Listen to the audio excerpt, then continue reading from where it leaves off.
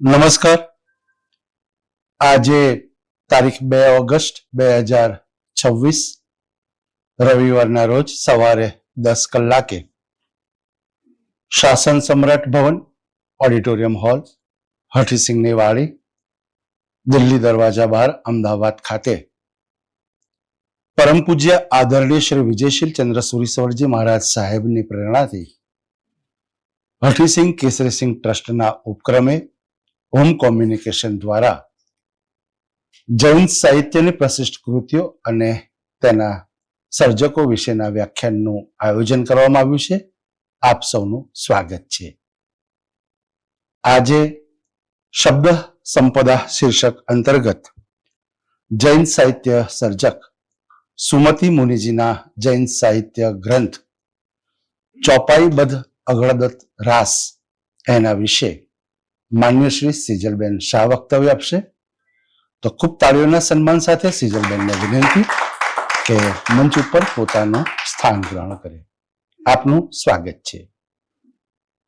આપ જાણો છો તેમ હોમ કોમ્યુનિકેશન દ્વારા છેલ્લા 13 વર્ષથી ગુજરાતી ભાષાના સાહિત્યકારોના દિવંગત સાહિત્યકારોના જન્મદિન પુણ્યતિથિએ સાહિત્યિક વ્યાખ્યાનનું આયોજન થાય છે.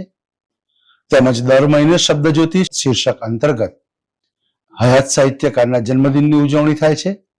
સાથે સાહિત્યના વિશિષ્ટ કાર્યક્રમો જેવા કે સાહિત્ય પંચામૃત, સંસ્કૃત પર્વ, સંત સાહિત્ય પર્વ, પર્યુષણ સાહિત્ય પર્વ, ગુજરાતી આત્મકથાના 150 વર્ષની ઉજવણી, પુસ્તક પરિચય અને શબ્દ સંપદા જેવા કાર્યક્રમોનું આયોજન થતું રહે છે. આયોજન થયેલ તમામ કાર્યક્રમો યુટ્યુબમાં સાહિત્ય વિમર્શમાં અપલોડ કરવામાં આવે છે, જેથી જે અહીંયા હાજર નથી રહી શક્યા એ લોકો આ કાર્યક્રમનો લાભ લઈ શકે. શબ્દ સંપદા અંતર્ગત આ વ્યાખ્યાન કરવાનો મુખ્ય હેતુ એ કે સામાન્ય રીતે આપણે ગુજરાતી ભાષા અને ગુજરાતી સાહિત્યનો જે મધ્યયુગ છે એ નરસિંહ મહેતાથી આપણે જોતા આવીએ છીએ. પરંતુ એ પહેલાનો મધ્યયુગ પહેલાનો હેમયુગ કે પ્રાગ નરસિંહ યુગ કહેવાય એ દરમિયાન અને નરસિંહ મહેતાથી જે મધ્યયુગ ગણીએ એ દરમિયાન આપણા ગુજરાતી જૈન સાહિત્ય સર્જકોએ વિપુલ પ્રમાણમાં સાહિત્યનું સર્જન કર્યું છે.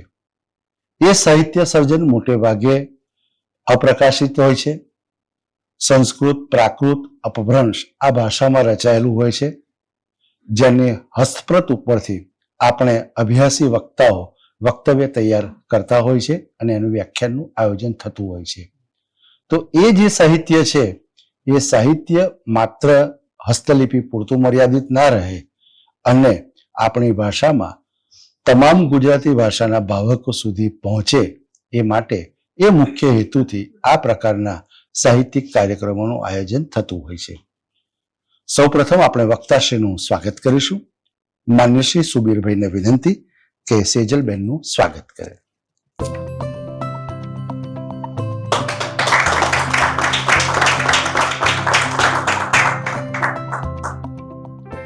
આભાર સુબીરભાઈ.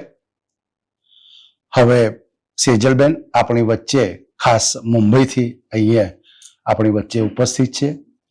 શબ્દ સંપદા અંતર્ગત એ વારે ઘડીએ જ્યારે પણ બોલાવીએ ત્યારે એ આવે છે, એનો હરખ છે, એમને વંદન છે. આ દરેક કાર્યક્રમ આપ નહીં જાણતા હોય માટે કહું છું કે આ દરેક કાર્યક્રમ એ લગભગ 3 થી 4 મહિના પહેલા અગાઉ એનું આયોજન થતું હોય છે. કારણ કે આ બધી કૃતિઓનો અભ્યાસ કરવો, એ લિપિને ઉકેલવી, એ લિપિને સમજવી ઘણું બધું કષ્ટદાયક ને ઘણો બધો સમય માગી લે તેવો હોય છે. એટલા માટે ખાસ આ જે વક્તાઓ છે ખૂબ પરિશ્રમ કરીને આખું આ વક્તવ્ય તૈયાર કરતા હોય છે. તો માન્ય શ્રી સેજલબેન ગુજરાતી ભાષાના પ્રોફેસર તરીકે મુંબઈ કોલેજમાં તો સેવા આપે જ છે, પરંતુ મધ્યયુગ અને મધ્યયુગમાં એ વિશેષ જૈન સાહિત્ય સર્જન, જૈન સાહિત્ય સર્જકોનું સંસ્કૃત, પ્રાકૃત, અપભ્રંશ આ તમામ ભાષાઓમાંથી એ આવી રીતે વક્તવ્ય તૈયાર કરે છે અને નિષ્ણાત છે. ગુજરાતી ભાષાના ગદ્યના પદ્યના તમામ સ્વરૂપોમાં એમનું લાંબુ ખેડાણ રહેલું છે. જૈન સાહિત્ય વિશે અને બીજા અનેક પ્રસંગો સાથે એ પ્રબુદ્ધ જીવન સામાયિક આવે છે, એમના તંત્રી પદે પણ તેઓ સેવા આપી રહ્યા છે. એ સિવાય પણ ઘણી બધી સંસ્થાઓમાં એ સેવાઓ આપતા રહે છે. એનો વિશેષ આનંદ છે. ફરીથી આપણે વચ્ચે અહીંયા ઉપસ્થિત છે આ વ્યાખ્યાન આપવા માટે. તો ખૂબ તાળીઓના સન્માન સાથે સેજલબેનને વિનંતી આપ આવો અને વક્તવ્યનો પ્રારંભ કરો. સ્વાગત છે. રવિવારની વહેલી સવારે આપ સૌને સુપ્રભાત. હરિસિંહ કેસરી સિંહ વાડી એક અમદાવાદની એવી જગ્યા છે કે જ્યાં આપણે કોઈ વાત કરતા હોય ને એ વાત કરવાનો પણ હરખ હોય, કારણ કે આટલા બધા નગર વનની વચ્ચે આવું એક આધ્યાત્મક, સાંસ્કૃતિક અને ઐતિહાસિક સ્થળ હોય અને ત્યાં પણ આપણે જૂની ગુજરાતીની કોઈ કૃતિની વાત કરીએ અને વાત કરતી વખતે પાછું પરમ પૂજ્ય આચાર્ય ભગવાન શિવચંદ્ર સુરીશ્વરજી મહારાજ સાહેબની પ્રેરણાથી આ આખી વ્યાખ્યાનમાળા ચાલતી હોય અને એમાં મનીષભાઈ પાઠકનો સહકાર અને મનીષભાઈ પાઠકની નિષ્ઠા, કારણ કે દર મહિનાના રવિવારે એમને સર્વ સાંસારિક કાર્ય છોડીને અહીંયા હાજર રહેવું પડે. તો આવી એક વિશેષ, જેને આપણે રુચિસ્પદ અને સંસ્કૃતિપ્રદ કહી શકીએ એવી આ એક વ્યાખ્યાનમાળામાં આપણે આજે વાત કરવાના છે અગરદત્ત રાસ વિશે. નરસિંહ મહેતા પહેલાના યુગમાં ઘણા બધા, મોટે ભાગે, ઘણા બધા માત્ર નહીં પણ મોટે ભાગે જૈન સાહિત્ય સર્જકોનું કાર્ય રહ્યું છે અને આ જૈન આચાર્ય ભગવંતોએ જે કંઈ કાર્ય કર્યું એ કાર્ય સાહિત્યની દ્રષ્ટિએ અને અધ્યાત્મની દ્રષ્ટિએ, બંને દ્રષ્ટિએ ખૂબ મહત્વનું છે. પરંતુ એના ઉપર મોટે ભાગે અધ્યાત્મ છે અથવા શાંત રંગ એના ઉપર વધારે છે એવું કહીને એના વિશે ચર્ચા નથી થઈ. પરંતુ કહીએ ને કે સમય જેમ જેમ નીકળતો ગયો એમ એમ ખ્યાલ આવતો ગયો કે ખરેખર તો 12મી સદીથી આ સાહિત્યનો આરંભ થઈ ગયો હતો આપણી જૂની ગુજરાતીમાં, અને એ આરંભને આપણે સાવ અવગણના કરી શકીએ એમ નથી, એમનો ઉલ્લેખ આવશ્યક છે. અને એવા એક ચરિત્ર અગરદત્ત વિશે આજે મારે તમારી સાથે વાત કરવાની છે. આમ તો વિચારનો સાર એ તત્વજ્ઞાન છે અને તત્વજ્ઞાનનો સાર એ ધર્મ છે, ધર્મનો સાર એ આચાર છે અને આચારને અનેક ધર્મોમાં, માત્ર જૈન ધર્મમાં નહીં પણ તો અનેક ધર્મોમાં આચારને જ ધર્મ કહ્યો છે. તમારો આચાર એ તમારો ધર્મ છે. આ આચાર શું છે? માત્ર કોઈને દુઃખ આપવું, દુઃખ ન આપવું, સુખ આપવું કોઈને? ના. આ આચાર સાથે એક ઘણી લાંબી વિચારણા છે કે મનુષ્યનું ચરિત્ર એ એવું ઉત્તમોત્તમ હોય કે એ ચરિત્ર જ્ઞાનથી, સેવાથી, અનુકંપાથી સભર હોય અને એવા ચરિત્રો વિશે અવારનવાર વાતો થયા કરે અને એમની વાતો દ્વારા તમારા મનમાં, તમારા હૃદયમાં એક ભાવ ઉત્પન્ન થાય. આમ તો આખું જે જૈન સાહિત્ય છે મોટાભાગના લોકો જાણતા હશે એ રીતે દ્રવ્યનું યોગ, ચરમકર્ણાનું યોગ, ગણિતાનું યોગ અને ધર્મકથાનું યોગ, એમ ચારમાં આખું જૈન શ્રુત આપણું વહેંચાયેલું છે. જેમાં આપણે દ્રવ્યાનું યોગ કહીએ છીએ ત્યારે એમાં 6 દ્રવ્યોની વાત આવે છે. તમે ગણિતાનું યોગ કહો છો ત્યારે એમાં યોજના, જૈન ભૂગોળ જે છે આખી યોજના, પરિમાણ એ બધું એમાં આવતું હોય છે. ચરમકર્ણાનું યોગની જ્યારે વાત કરે છે ત્યારે શ્રાવક અને સાધુના આચારની વાત આવે છે. પરંતુ જ્યારે કથાનું યોગની વાત આવે છે ત્યારે એમ કહેવાય છે કે કથા દ્વારા તમે સામેની વ્યક્તિને, જે સંસારમાં છે એને તમે બોધ આપો છો. અને એમાં એવું લખાયું હતું કે બાળ જીવોને બોધ આપવા માટે આ કથાનો યોગ છે. શા માટે બાળ જીવો એવો શબ્દનો પ્રયોગ કર્યો? કારણ કે કથા છે ને રસપ્રદ છે, કથા મનોરંજન પણ આપે છે અને કથા જીવનની દિશા પણ આપે છે. પરંતુ ઘણી બધી વાર આપણું ફિલ્મ જેવું છે, કેટલીક ફિલ્મો આપણે જોઈએ અને પછી 3 કલાક મજા મસ્તી એમાં ખોવાઈ જઈએ, એના પાત્રો સાથે રડીએ, એના પાત્રો સાથે હસીએ, એના પાત્રોમાં આપણે આપણી જાતને જોઈએ અને પછી આપણે ભૂલીને ઘરે આવતા રહીએ. પણ કેટલીક બાબતો એવી હોય છે કે જે મનમાં સતત રમ્યા કરે છે. તો હવે જેવી જેની શક્તિ, કેટલાક એને 1 દિવસ યાદ રાખે, કેટલાક 2 દિવસ યાદ રાખે, કેટલાક 20 વર્ષ સુધી યાદ રાખે. શિવાજી મહારાજને જ્યારે જીજામાતાએ અનેક ચરિત્રો સંભળાવ્યા ત્યારે શિવાજી મહારાજ આખી જિંદગી યાદ રાખ્યા. આપણને પણ આપણી માતાએ સંભળાવ્યા હતા પણ આપણે તો બધા ભૂલી ગયા. એટલા માટે બાળ જીવો આપણને કહ્યા છે કે આ બાળ જીવોને કથા દ્વારા ફરી ફરી ફરી તમે વાત કર્યા કરો. તો આ એવો એક બાળ જીવોને રસ પમાડે એવી અડગદત્ત કથા છે. અને અડગદત્ત કથાની બહુ રસ પડે એવી છે, સંસ્કૃતમાં લખાયેલી છે, પ્રાકૃતમાં લખાયેલી છે અને જૂની ગુજરાતીમાં પણ લખાયેલી છે. અંદાજે એમ કહી શકાય કે આખું જે સાહિત્ય છે 1200 વર્ષની એક આખી જુદી પરંપરામાં આપણને લઈ જાય છે. કારણ કે સૌથી પહેલા આપણને અડગદત્ત રાસ જે છે એના વિશેની માહિતી કે આવો એક કોઈ રાસ છે તો એ આપણને અવાંતર કથામાં એટલે કે ઉપકથાના ભાગરૂપે મળે છે. આ સ્વતંત્ર કથાના ભાગરૂપે પહેલી વાર તો મળતી જ નથી.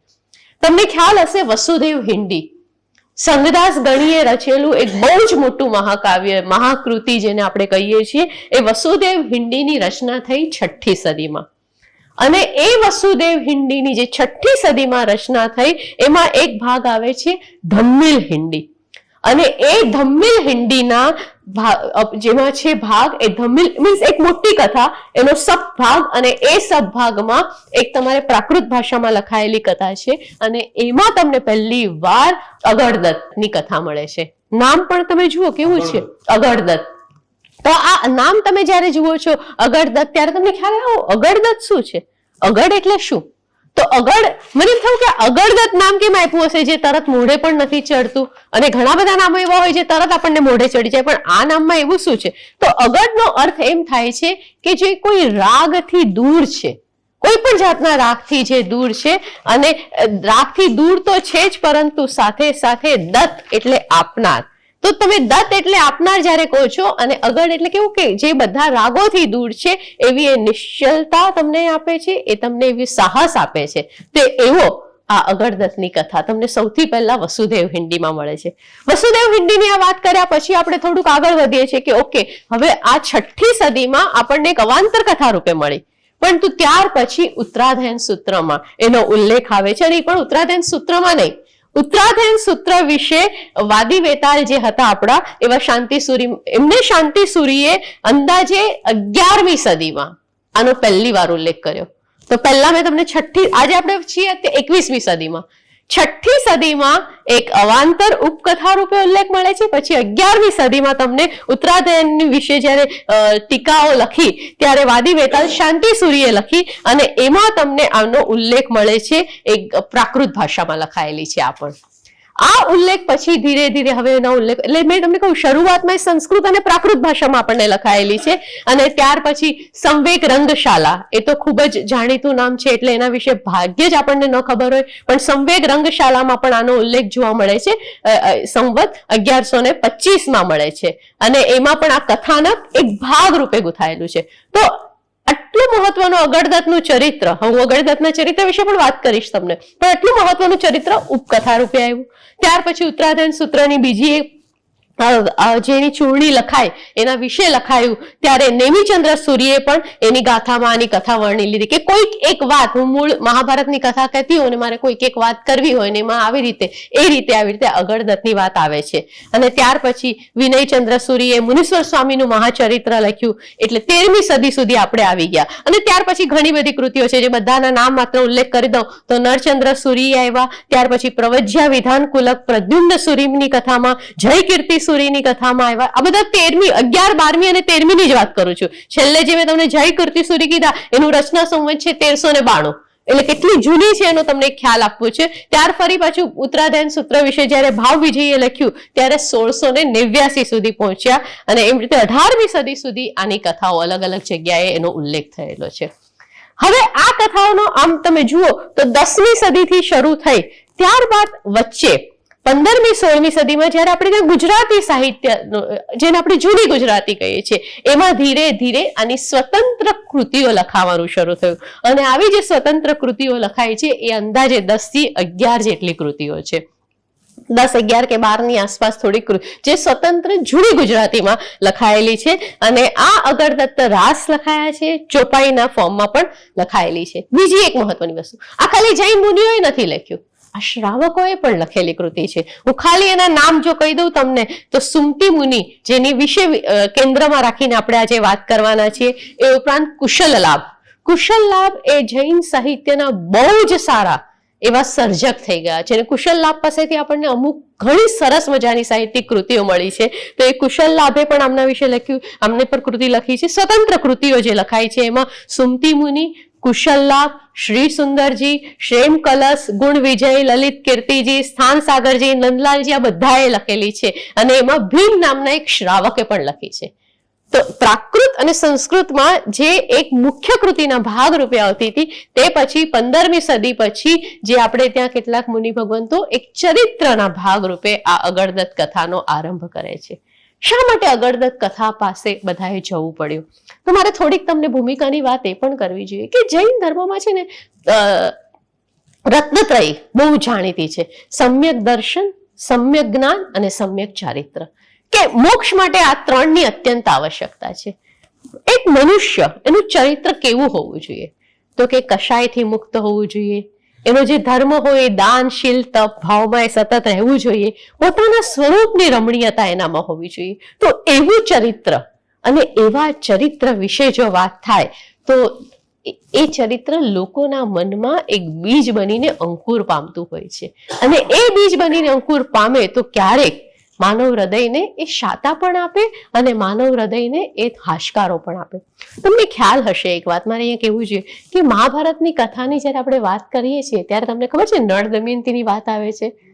અને તમને ખ્યાલ હોય તો નળને બહુ દુઃખ પડ્યું અને એના માટે નળને વાર્તા કે નળ કહે છે કે કેમ મારે જ એટલું બધું દુઃખ સહન કરવું પડ્યું? અને ત્યારે નળને આખી યુધિષ્ઠિરની વાત કરવામાં છે કે ભાઈ તને એકલાને દુઃખ નથી પડ્યું, જો અમને પણ કેવું દુઃખ પડ્યું હતું. એક મનુષ્યને દુઃખ પડે ત્યારે એનું દુઃખ ઓછું કરવા માટે આપણે શું કહે, તારી કરતા આને વધારે દુઃખ પડ્યું. આ એક તમને શાતા મળે કે આ જો આટલું સહન કરી શકતો હોય તો હું પણ આટલું સહન કરી શકું છું. એ જ રીતે માનવ મનમાં એક કુતૂહલતા હોય, રહસ્ય હોય અને એનામાં અદ્ભુત શક્તિ હોય, એ બધું જ સહન કરી શકે. તમને એમ થાય ને કે હું આ નહીં જ સહન કરી શકું, પણ એ કરી શકતો હોય. તો આ જે આપણો અગરદત્ત છે એ કઈ રીતે સહન કરે છે, એ કઈ રીતે પોતાની આ બધી જીજીવિષાઓ, પોતાના મનની જે રંગો, આપણા મનના જે ભાવો છે એ બધાને કઈ રીતે બહાર ઉતારતો જાય છે એની વાત કરે છે. અને ક્યાંક તો એવું પણ છે કે ભારતનું છે ને આપણું ધર્મકથા સાહિત્ય બહુ જ રંગથી ભરેલું છે. તમે ધર્મકથા સાહિત્ય પાસે જાઓ ને તો તમને એમ થાય કે આપણે આખા ખુલ્લા પડી જઈએ. કારણ કે એમાં આપણને જોઈએ ને તો આપણને ખબર પડે, ઓહ આપણે આટલા સ્વાર્થી છીએ, આપણી વૈચારિકતા આટલી બધી ખરાબ હોઈ શકે. ભલે આપણે આપણી જાતને એની સાથે સાંકળતા નથી, પણ એક મનુષ્ય કેટલી હદ સુધી નીચે અને કેટલી ઉચ્ચ અવસ્થા ધારણ કરી શકે એ બંને વસ્તુ કથામાં મળે છે. આ નીચેથી ઉપર જવું અને ઉપરથી નીચે જવાની વાત એ આખી સાપ સીડીની આપણી છે ને 1 થી 100 ઓલી સાપ સીડી હોય ને, હું એને કહું છું આપણું જીવન છે. આ 1 થી 100 એ આપણું જીવન છે. સીડી મળે, આપણે ચડીએ, પછી સાપ હોય કશાય નામનો, એ ક્યાંક ઉતારે, ફરી પાછા ચડીએ અને આ 100 વર્ષ આપણે પૂરા કરી દઈએ. પણ આ 100 વર્ષ જે પૂરા કરીએ ને એમાં વચ્ચે વચ્ચે આવા થોડા ઘર મૂકવાના હોય આપણે. અને એ જે ઘર મૂકી શકે ને એ સમ્યકના ઘર મૂકતો જાય કે મેં આ તે દિવસે સાંભળ્યું હતું, હું આનું હવે ઇમ્પ્લિમેન્ટેશન કરું, મેં આ જોયું હતું, હું આના વિશે થોડીક વાત કરું. તો આવું આપણને ખાલી જૈન સાહિત્યમાં નહીં, વૈદિક સાહિત્યમાં પણ મળે છે, બૌદ્ધ સાહિત્યમાં પણ મળે છે. પણ એક જૈન સાહિત્યની બહુ લાંબી પરંપરા, 800 વર્ષનો ગાળો એટલે શું કહ્યું. અને ગુજરાતી સાહિત્યનો મોટા ભાગનો હિસ્સો એનાથી રોકાયેલો છે. ખાસ કરીને પ્રાગ ઐતિહાસિક, જે પ્રાગ આપણે નરસિંહ મહેતા પહેલાનો જે ગાળો છે એમાં મોટે ભાગે 90% જૈન સાહિત્યકારો છે. તો એ લોકોએ જે કંઈ કર્યું એ અગરદત્તની આ વાત તમારી સાથે કરવી છે. અગરદત્ત વિશે તીર્થભદ્ર મહારાજ સાહેબે એક બહુ જ સરસ સંપાદન કર્યું છે, જે આ પુસ્તક હું તમારી સમક્ષ દેખાડી દઉં તમને. એમને આ બધી કૃતિઓ જે અલગ અલગ જગ્યાએથી હસ્તપ્રતો મેળવી, કોબા સાહિત્ય ભંડાર છે, પાટણ છે, BL ઇન્સ્ટિટ્યૂટ છે, પછી અમદાવાદમાં આપણી LD છે, પછી પુનામાં આપણું શ્રુત રત્નાકર ભવન, જ્યાં બધી હસ્તપ્રતો વિશેષ રૂપે મળે છે ત્યાં બધી જગ્યાએથી અલગ અલગ હસ્તપ્રતો મળી. કારણ કે મેં તમને નામો આપ્યા એમાં તમને યાદ છે કે આટલા બધા સર્જકોના નામો છે, તો એ બધી જ હસ્તપ્રતો આપણને અલગ અલગ જગ્યાએથી મળી છે. અને એમાં આપણને જે પ્રથમ સુમતિ મહારાજ સાહેબની જે મળે છે એના કેન્દ્રમાં રાખીને આપણે વાત કરશું. અને એ વાત કરતા કરતા આપણે અગરદત્તના કેટલીક વિશેષતાઓની વાત કરશું. અને મેં તમને કીધું ને કે સુમતિ મુનિને તો ધ્યાનમાં રાખશું જ, પણ પછી કુશલ લાભની પણ થોડીક વાત કરશું, કારણ કે એ પણ બહુ સરળ અને રસ પડે છે. તો કોણ હતો આ અગરદત્ત? શું હતું એનામાં એવું વિશેષ અને શા માટે એની વાત કરવી પડે?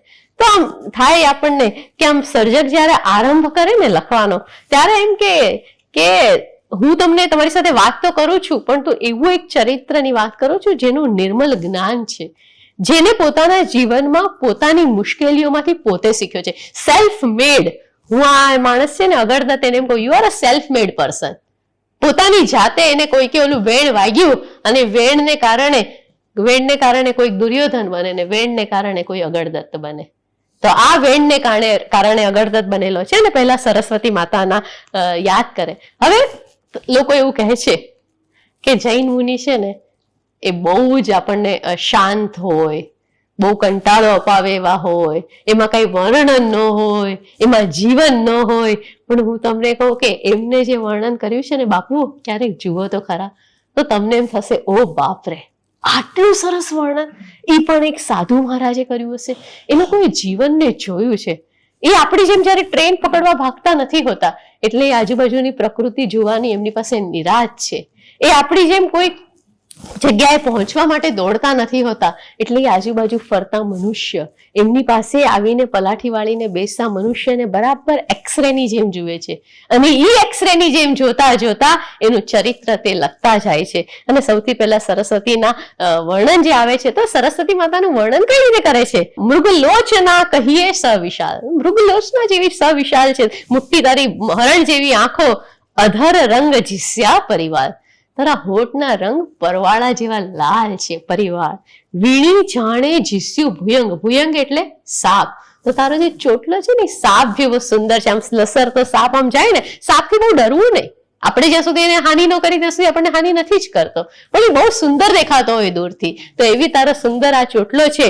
અને કઠિન પયોધર અતિ ઉતંગ. તારા પયોધર પણ એટલા સુંદર છે. અને એવી સરસ્વતી માતાના વખાણ કરતા કહે છે, હવેની વાક્ય સાંભળજો, હવેની ગાથા સાંભળજો.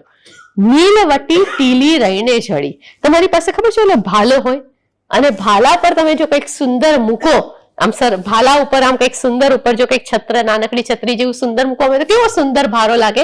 એમ તારું આ ભાલ મસ્તક છે જેના ઉપર મુગટ મૂકવામાં આવ્યો છે. તો ભાલા જેવું આ તારું ભાલ મસ્તક, મારું મન મોહાઈ જાય છે એવું સુંદર અહીંયા ઓલું આભૂષણ પહેર્યું છે. કાને કુંડલ કરી બહિરખા હીરી હાર. તારા ગળાનો હાર અને બધાની વાત કરે છે ને આવી રીતે થોડીક શરૂઆત કરતા કરતા એ આપણને અહીંયા લઈ જાય છે કે આવી સરસ્વતી માતા, હું તને વંદન કરું છું, હું આદેશ્વર ભગવાનને વંદન કરું છું, અને હું તને લઈ જાઉં છું શંખપુર રાજ્યમાં. તો ચાલો આપણે બધા પણ શંખપુર રાજ્યમાં જઈએ, જરા ભાઈને મળીએ તો ખરા, કે જે આપણી રવિવારની સવાર લઈ રહ્યા છે. તો એ કહે છે, હા લઈ રહ્યા ને રવિવારની સવાર, તો મારે પણ તમને આ અગરદત્ત ભાઈને જરા મળીએ આપણે. તો અગરદત્ત એમ કહે છે કે એ શંખપુર રાજ્યમાં. તો શંખપુરની જ કેમ વાત કરે? તો કવિ છે ને બહુ ચતુર છે. હવે થોડીક વાર માટે હું ભૂલી જાઉં કે આ જે કવિ છે એ અમારા મારા સાહેબ છે, સુમતી મુનિ મહારાજ છે, પણ હું એમ કહું કે આ કવિ બહુ ચતુર છે. એ આપણને હંમેશા જે રાજ્યમાં લઈ જાય ને, એ રાજ્ય ખબર છે કેવું હોય? એકદમ સુખી, સમૃદ્ધ, સંપત્તિ વાળું. તમે કોઈ પણ કવિને એમ જોયા છે જે આપણને એમ કહીએ કે એકદમ બિચારું ગરીબ રાજ્ય છે? એવું લઈ જ ન જાય. હું એમ થવું કવિને કે તમે અમારું ધારાવી જોયું નથી મુંબઈનું? તમે ક્યારેક તો ધારાવીની વાત કરો. તો કવિ તો એમ કે ના ભાઈ, મારે તો તમને સુખ, શાંતિ અને સમૃદ્ધિના નગરમાં લઈ જવું છે. કેમ ખબર છે? કારણ કે જ્યાં સુખ, સમૃદ્ધિ અને શાંતિનો સંગમ હોય છે, ત્યાં એ ધર્મ થઈ શકે છે. ત્યાં તમે તમારી આધ્યાત્મિકતા વિશે વિચારી શકો છો.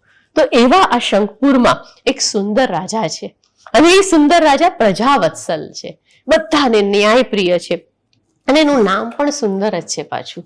તો આ સુંદર રાજા જેનું નામ સુંદર છે એની વાત કરતા કહે છે કે એને એક સુલસા નામની રાણી છે.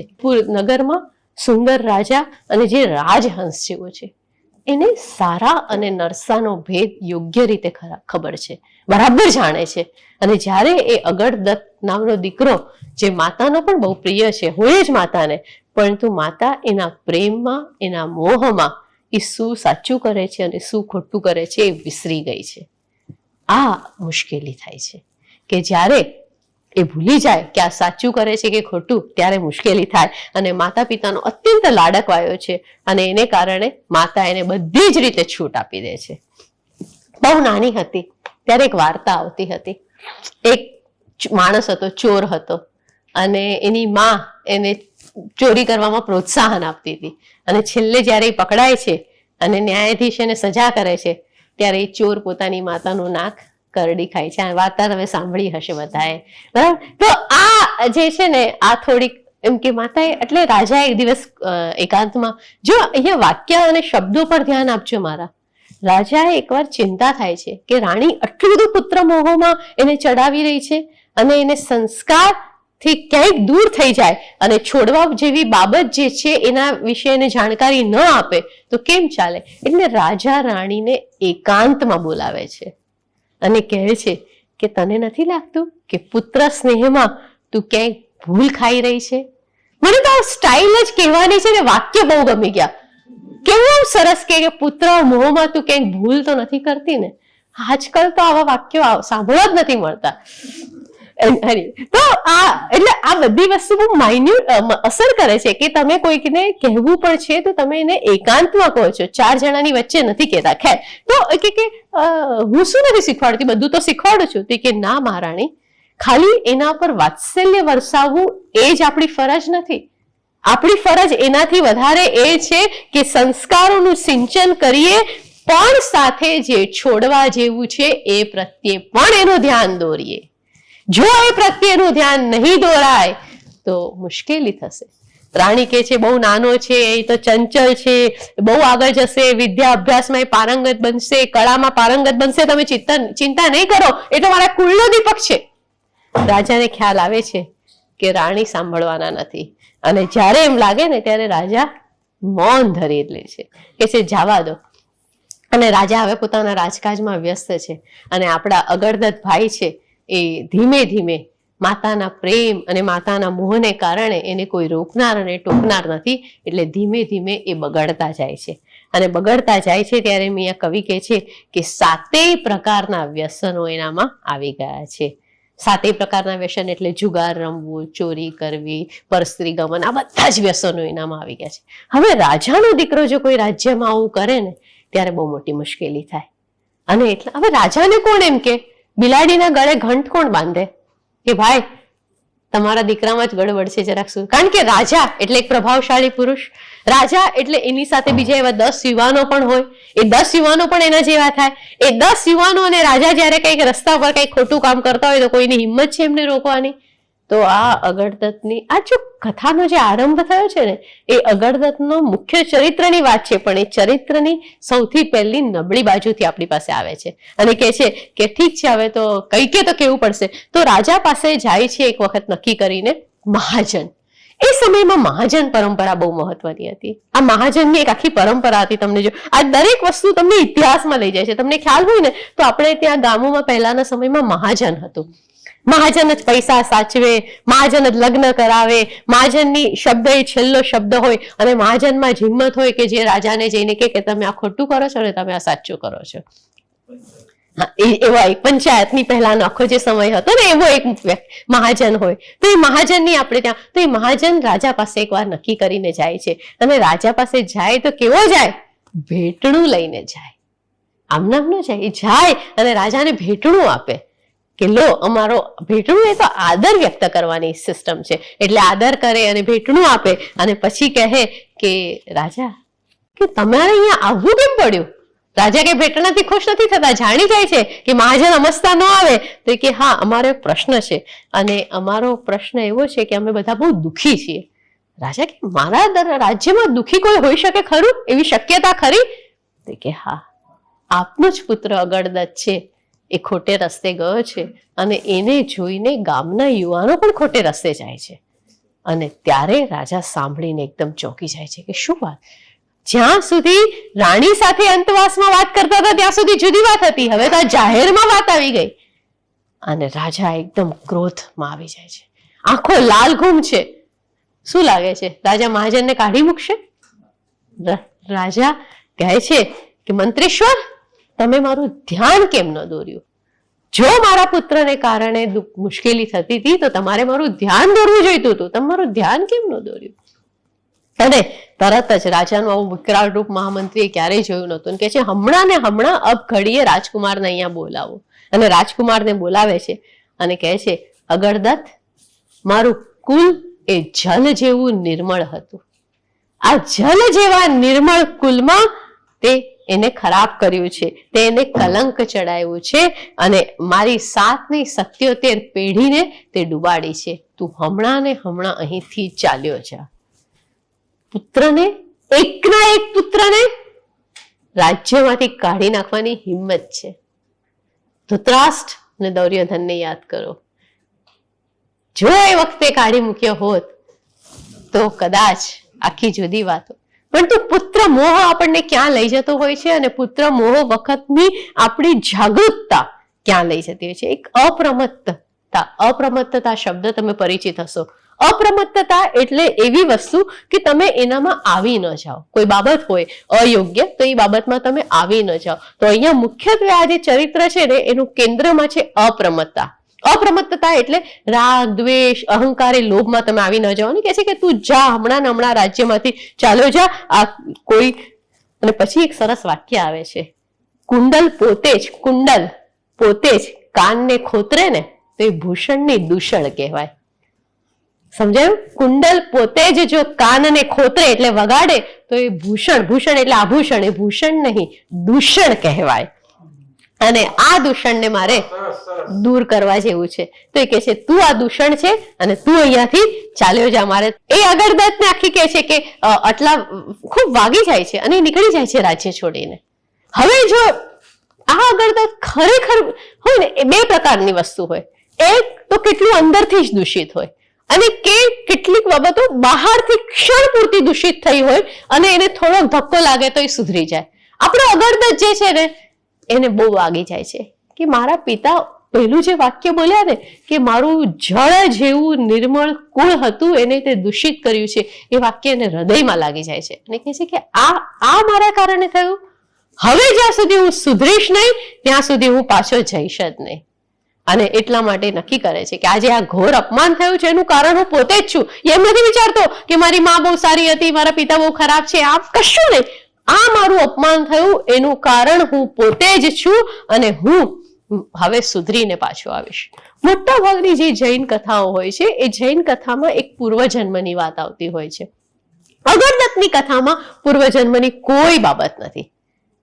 અને બીજી વસ્તુ, મોટે ભાગે આપણે પૂર્વજન્મની વાત કેમ લાવતા હોય? કર્મની થિયરી માટે કે આગલા જન્મમાં આપણે, પણ અગરદત્તમાં એ તમને બિલકુલ, અહીંયા અગરદત્તનું કોન્સન્ટ્રેશન પૂરું અપ્રમત્તતા અને ચરિત્રનું નિર્માણ છે. એટલે કે છે મારી ઉદ્ધતાઈને કારણે જ મારે આ થયું છે, હવે હું જાઉં છું અને મારે હવે સુધરવાનું છે. એમ કરતો કરતો પછી વિચાર કરશે કે હું શું કરું, મૃત્યુ પામું, આ કરું, પછી તરત કે હું તો ક્ષત્રિય પુત્ર છું. ક્ષત્રિય પુત્ર તો પોતાના બળ અને પરાક્રમથી બધું જ પુરવાર કરી શકે અને હું પુરવાર કરીને બતાવીશ.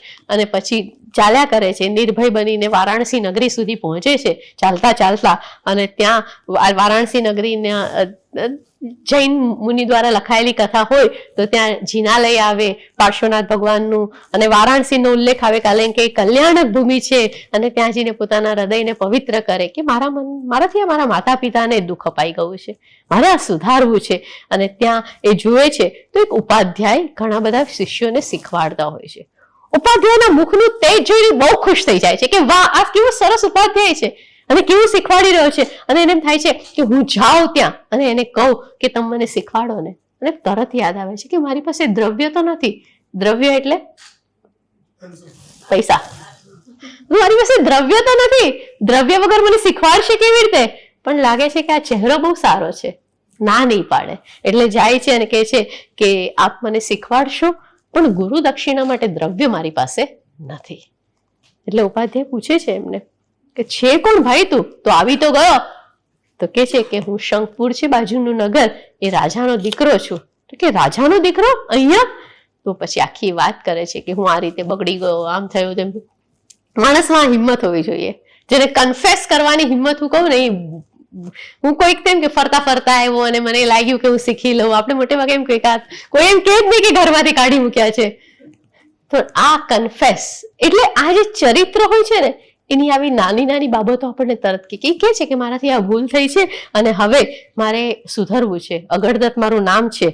તો કે સારું, હું તને શીખવાડીશ. તારી આ જે સત્યનિષ્ઠા છે એ મને ગમી ગઈ છે અને હું તને શીખવાડીશ. અને કહે છે કે પણ રહીશ ક્યાં? તે પોતાના જ ઘરે લઈ જાય છે. પોતાની પત્નીને કહે છે, એમ નથી કેતા બાજુનો બગડેલો નબીરો છે, પત્નીને એમ કહે છે કે મારા ભાઈનો દીકરો અહીંયા શીખવા આવ્યો છે. જો પુરુષ હૃદયની ઉદારતા, પુરુષને ખબર હોય ક્યારે શું છુપાડવું અને ક્યારે શું કઈ રીતે રજૂ કરવું. આ એ કહે છે કે યસ, તો હવે મારા ભાઈનો પુત્ર છે, એનું નામ અગરદત્ત છે, અભ્યાસ અર્થે અહીંયા આવ્યો છે અને અહીંયા રહેવાનો છે.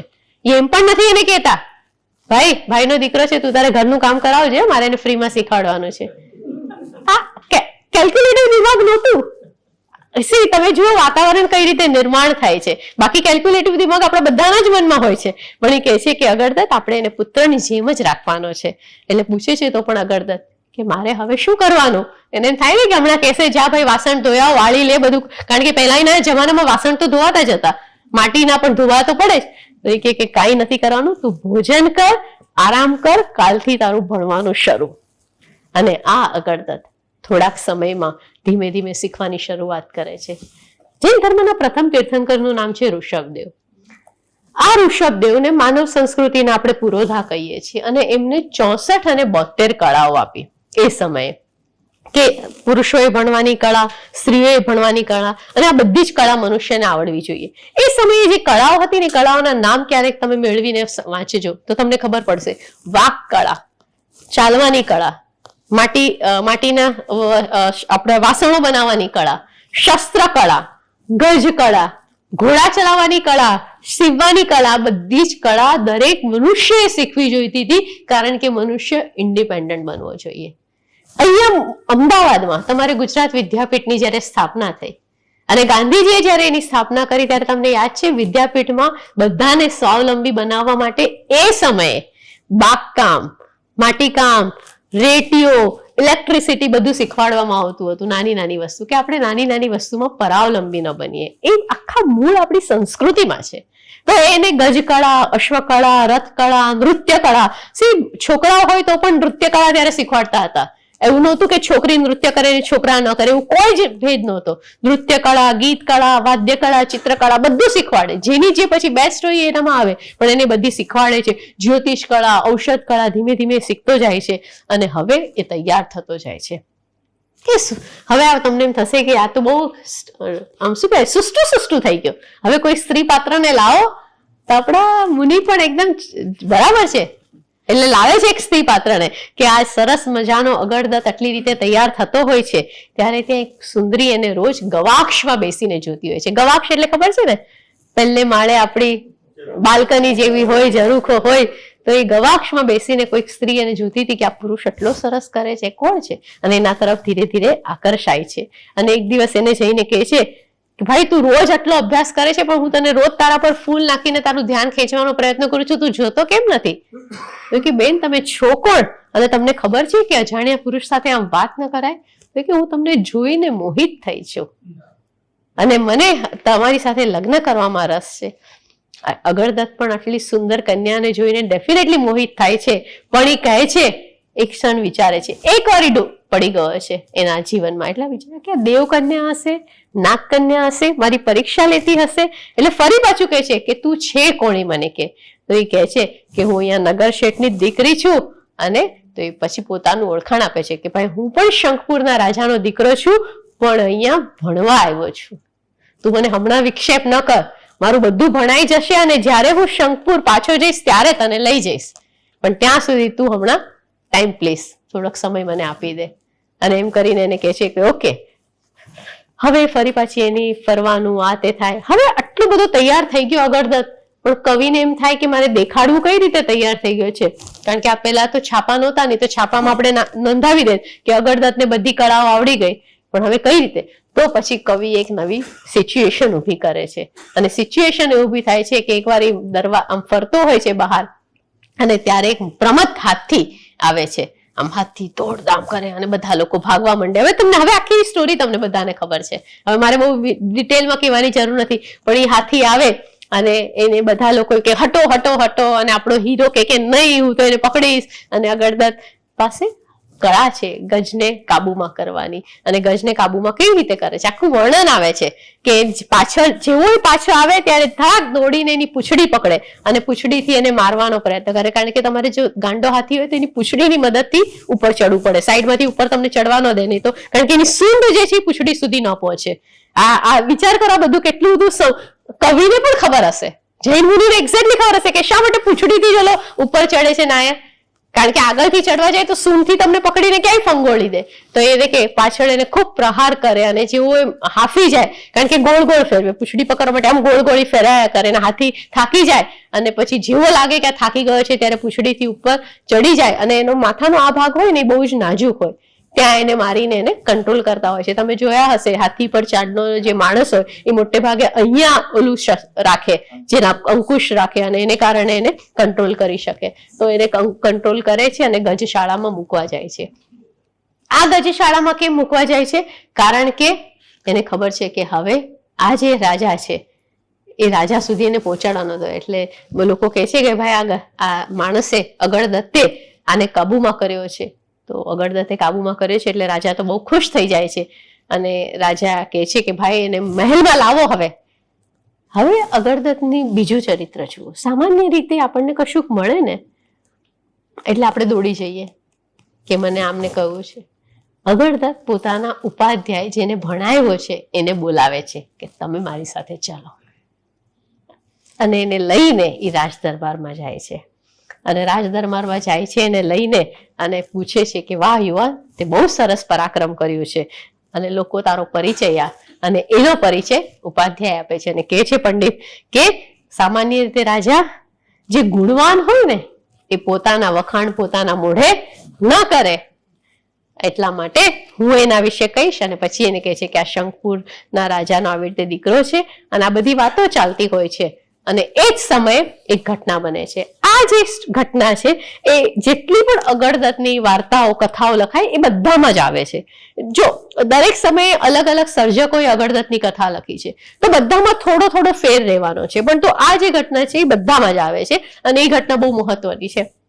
હવે અગળદત્તને કહે છે એ સમયે રાજાના દરબારમાં કે રાજા અમે ત્રસ્ત છીએ, તો રાજા કે હવે શું, આ બીજો રાજા છે અહીંયા વારાણસી નગરીનો, તો કે શું થયું? તો કે આપણા નગરમાં લૂંટ થઈ રહી છે અને આપણા નગરમાં એક ચોર છે અને ચોર પકડાતો નથી. રાજા તરત મંત્રીને બોલાવે કે ભાઈ શું છે? તો કે રાજા અમે ખૂબ ઉપાયો કર્યા પણ આ ચોર પકડાતો જ નથી, અમે બધા જ ઉપાયો કરી ચુક્યા છે, બધી યુક્તિઓ કરી ચુક્યા છે પણ આ ચોર પકડાતો નથી, તમે શું કરીએ? તો રાજા કે પણ નગરવાસીઓ એટલા બધા ત્રસ્ત છે અને મને ખબર નથી. તો એ કે પણ વિકટ પરિસ્થિતિ છે રાજા, ચોર બહુ હોશિયાર છે, તો એ ચોર છે. હવે અગળદત્તને થાય કે શું કરીએ, અને બધા વિચારતા હોય કે આ ચોરને પકડવા માટે કરશું શું, કારણ કે પકડાતો નથી, ચતુર છે. અને ત્યારે અગળદત્ત કહે છે રાજ આપ ચિંતા ન કરો, હું 7 દિવસમાં ચોરને પકડીને લાવીશ. રાજા કહે છે ભાઈ ઉભો રે, આ બહુ હોશિયાર ચોર છે, મારા મંત્રીઓ પ્રયત્ન કરી ચુક્યા છે, બધા નિષ્ફળ ગયા છે, જો હું 7 દિવસમાં આ ચોરને નહીં પકડું તો હું અગ્નિમાં પ્રવેશ કરીશ. ઉતાવળમાં ને ઉતાવળમાં કે પછી સમજીને અગળદત્તે રાજાની સામે આ વેણ લઈ લીધું કે 7 દિવસમાં ચોર નહીં પકડાય તો હું અગ્નિ. હવે 7 ચોર ક્યાં ક્યાં હોઈ શકે? હવે તો એ મંડી પડ્યો, ધર્મશાળા, મંદિર, કોઠા, શૂન્યગ્રહ એટલે જ્યાં બધું એકદમ વેરાન હોય, દાસીગ્રહ, બધે જ ફરી વળે છે, ક્યાંય ચોર મળતો નથી. 6 દિવસ સુધી ચોર મળતો નથી. 6થા દિવસથી સાંજે ભાઈ હારી ગયા કે આખા નગરમાં ચોર મળતો નથી અને હું આ શું બોલી ગયો. વિચાર આવે છે કે ઓલી મદન મંજરીએ મને કહ્યું હતું, હું એને લઈને મારા પાપા પાસે પાછો ગયો છું, હું ક્યાંક ભાગી જાઉં, મેં પરદેશ ચાલ્યો જાઉં, છુપાઈ જાઉં, મેં આવી પ્રતિજ્ઞા લીધી શું કામ? વિચારતો વિચારતો ઝાડ નીચે એકદમ બેઠો છે, મોઢું ચહેરો દુઃખી હોય ને. અને એ સમયે ત્યાં એક સાધુ આવે છે. હવે આપણે થોડીક વાત તમારી સાથે કરીએ. તમને શું લાગે છે આ સાધુ એને દીક્ષા આપશે? આ સાધુ શું કામ આવ્યા? ચોરનું ઠેકાણું આપવા? ને કોઈ કલ્પના? ઓકે, તો આ સાધુ આવે છે અને સાધુ, હા એ જ હોઈ શકે. તો એ સાધુ આવે છે. સાધુ એકદમ જોગી જેવા સરસ મજાના છે, હાથમાં બધું એમને સાધનો છે અને કહે છે શું થયું ભાઈ, કેમ એટલું દુઃખી છે? તો આને એમ થાય છે કે આ આટલું આવો જ સાધુ છે પણ મોઢા પર તેજ નથી, ઓળખો કઈ રીતે? સાધુ છે એટલે પૂછે કે શું છે ભાઈ, તો આપણે તેમ જ કહીએ તો જુએ છે પણ લાગે છે કે કંઈક આમાં ગડબડ છે. કાં તો બે વસ્તુ છે, કાં તો એ ચોર શોધતો હતો એટલે હવે એને બધામાં ચોર દેખાવાના છે, પણ એને લાગે છે મોઢા પર તેજ નથી કે જે છે તે કે કઈ નહીં, બસ સાધુ બાબા હું દુખી છું, કઈ ખાધું નથી પીધું નથી. તો એ કે શું કરે છે તું? તો કે ચોરી કરું છું. અગરદત્ત કે છે એને કે તું શું કરે છે? તો કે હું ચોરી કરું છું. કારણ કે એને જાણવું છે કે આજ તો ચોર નથી ને, સામેથી મારે હું હારી ગયો છે ને કદાચ આજ બનીને આવ્યો હોય તો મારે એને પકડી લઉં કે આજ ચોર કે. તો કે ચોરી કરું છું. તો કેમ ચોરી? તો કે શું કરું, મારી પાસે કામ નથી, મારું પેટ ભરવા માટે ચોરી તો કરવી પડે. તો એ કે તારે બીજું શું કરવું છે? તો કે તમે કંઈક મારા પર કરો કૃપા, કે હું પૈસાદાર બની જાઉં. એટલે એક્ઝેક્ટલી આ ભાષા નથી, હું તો અત્યારની 21મી સદીની ભાષા બોલું છું. ત્યારે એવું નતા બોલ્યા પૈસાદાર બની જાઉં, એમ કહેતું મારે સુખના દાડા આવે. એટલે પહેલાના જમાનામાં છે ને એ લોકો એવું કહેતા જ નહીં સીધું કે પૈસાદાર બની જાય, એમ કે સુખના દાડા આવે. હવે આપણે ડાયરેક્ટ તો એમ કે છે કે મારે સુખના દાડા આવે, અને બાબાજી હું એના માટે બધું કરવા તૈયાર છું. બાપાજી કે બધું? તો કે હા બધું. ચોરી કરીશ? હા કરીશ. ઘર તોડેગા? ઘર ભી તોડેગા. એટલે ઘરમાં ચોરી કરવી, રાતના આપણે જે કરે ને. કે ઓકે ભલે. બાબાજી તો ખુશ થઈ ગયા કે હલટો કટ્ટો અલમસ્ત છે, અને બધી કળાઓ શીખેલો છે, એટલે કુસ્તી બુસ્તી બધું શીખેલો છે. તો કે આપણે ચાલ. અને એને કહે છે સાંજ થાય એટલે ઓલા જોગી બાબા પોતાનો પહેરવેશ બદલાવે, તલવાર કાઢે, અને પછી ઓલો નગર તરફ કે ચલો મારી પાછળ પાછળ. અને અગરદત્ત એની પાછળ પાછળ ચૂપચાપ જાય. એક સરસ મજાનું શ્રેષ્ઠીનું મકાન છે, અને શ્રેષ્ઠીના મકાનમાં પાછળની બાજુથી ખાતર પાડે. તમને ખબર છે ત્યાં ધીમેથી લોકો ઈંટ ને બધું કાઢવાની એ લોકો પાસે હોય એવા સાધન, તો એ ખાતર પાડે અને અંદર ઘૂસી જાય. અને શ્રેષ્ઠીને ત્યાં તો બહુ બધી પેટીઓ છે. તો એ બધી પેટી અગરદત્ત ક્યાં કમાલનો છે, ચોર પણ ખરો છે, ન જ પકડાય આવો ચોર તો. કે પેટીઓ એક પછી એક કાઢે. ત્યાં અગરદત્ત કે ભાઈ આટલી બધી પેટીઓ છે, આપણે તો ખાલી 2 જ જણા છીએ, લઈ કેવી રીતે જશું પેટી બહાર? કે રૂકો तुम यहाँ ध्यान रखो मैं आता हूँ. એ જાય ધર્મશાળા જેવી કોઈ જગ્યાએ બીજા 4-5 લોકોને લઈ આવે કે તમને દાહડીયાના પૈસા મળશે. દાહડીયું એટલે રોજનું કામ કરે ને એવા, કે તમને દાહડીયુંના પૈસા મળશે, ચાલો સામાન ઉપાડવા. અને એ બીજા થોડાક લોકો આવી જાય અને બધા મળીને પેટી ઉપાડે અને ગામમાં દૂર કે ચાલો ચાલો કરીને ગામના દૂર વેરાનમાં એ લોકો પહોંચી જાય. તો એ વેરાનમાં પહોંચી ગયા ભાઈ. હવે વેરાનમાં પહોંચ્યા પછી ઓલો સાધુને થાય કે 10 લોકોને ખબર પડી ગઈ કે હું ચોર છું. અત્યાર સુધી મને એકલાને ખબર હતી, મેં આ બધાની મદદ લીધી. આપણે ખોટું કામ કરીએ ને જેટલાની મદદ લઈએ એટલા લોકોને ખબર પડે કે આપણે કેટલા ખોટા છીએ. તો હવે આ મુશ્કેલી રહી. તો સાધુ કે એક કામ કરો, આપણે બધા પેટી ઉપાડીને થાકી ગયા છીએ, સુઈ જઈએ, સવારના આપણે વહેંચણી કરી લેશું. આપણે ઓલું કરવું છે તો બટવારા આમ સુબહ કર લેંગે. અત્યારે બધા સુઈ જાય. અગરદત્તને થાય કે આ ચોર હવે પકડાઈ ગયો છે, હું આને પકડીને ફટાક કરીને રાજા પાસે લઈ જાઉં. પણ જરા હોશિયાર માણસ છે, આપણો ચરિત્ર નાયક છે, અને એની કથા આમનામ નથી લખી મુનિએ, કે ઉભો રહે અને હજી કેટલું આ ઊંડો ઉતરે છે ને જોઈએ. આ તો હજી આટલો જ નીચે ઉતર્યો છે, ઓલી સાપની આખી પૂંછડી સુધી ઉતરવાનું છે એને, તો એના મૂળ સુધી મારે પહોંચવાનું છે. તો એ કે છે કઈ નહીં, બધા સુઈ જાય છે. અગરદત્ત સૂતો નથી, અપ્રમત્ત અવસ્થા, જાગૃત, સતત જાગૃત, પોતાની દરેક વસ્તુ માટે જાગૃત. અને એ કે છે કે જાગે છે અને જાગતો રહે છે. બધા ધીમે ધીમે ઊંઘમાં થાકીને સુઈ જાય છે. અગરદત્તને થાય છે કે હું આમ પડ્યો રહીશ તો હું સુઈ જઈશ. ધીમેથી રહીને પોતાની જગ્યા ઉપર ચાદર મૂકીને છુપાઈ જાય છે, ઓલા ચોરનું ધ્યાન ન જાય એ રીતે. થોડી વાર પછી ઓલો ચોર ઉઠે છે, તલવાર કાઢે છે, 1-2 જેટલા માણસો હતા એ બધાને એક પછી મારી નાખે છે. બધાના ધડ પર સીધો ઘા કરે છે, એટલે કોઈ જીવી જ ન શકે. અને જેવું અગરદત્તની જગ્યાએ આવે છે તો ખબર પડે છે અહીંયા તો ખાલી છે. તરત અગરદત્ત ઝાડની પાછળથી આવે છે, બંને વચ્ચે ઝઘડો થાય છે. અને અહીંયા કવિ લખે છે કે એ સમયે વીજળીના ત્વરાથી, વીજળી જેટલી ઝડપથી તરુપતન નામનો પ્રહાર કર્યો. એટલે તરુપતન નામનો એક જે શીખ્યા હતો અલગ અલગ કળાઓ, એમાં તરુપતન નામની કળા કરી અને એનાથી એ પાડ્યો અને ધબાક કરીને નીચે પડીને લોહી લુહાણ થઈને મૃત્યુ પામવા ગયો. ચોર મૃત્યુ પામવા ગયો ત્યારે કહ્યું કે યુવાન, તારું સામર્થ્ય તો ગજબનું છે, તે એક ઝાટકે મને મારી નાખ્યો. તું ઉત્તમ કુળનો માણસ હોય એવું મને લાગે છે. હવે તો હું જીવવાનો નથી. છેલ્લા શબ્દો માણસ બોલે ને કે હવે હું જીવવાનો નથી. આજથી હું મારી બેન અને મારી બધી ધન સંપત્તિ તને આપું છું. મારી એક વિનંતી તું સ્વીકાર કરજે. મરતા માણસની વિનંતી કોણ સ્વીકાર ન કરે? કે બોલ. અને પાછું કે છે બેન અને ધન સંપત્તિ આપું છું. તો કે બોલ. તો કે મારું નામ છે ભુજગમ, મારા ચોરનું નામ છે ભુજગમ નામનું હું ચોર છું.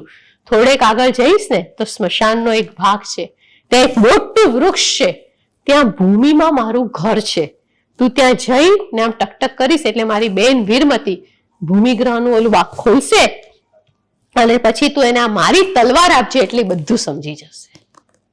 હવે આને થાય છે કે અરે એ ખેર ઓલો તો મૃત્યુ પામે છે અને કહે છે મને છેલ્લે અગ્નિદાહ આપજે એવું બધું બોલીને મૃત્યુ પામે છે.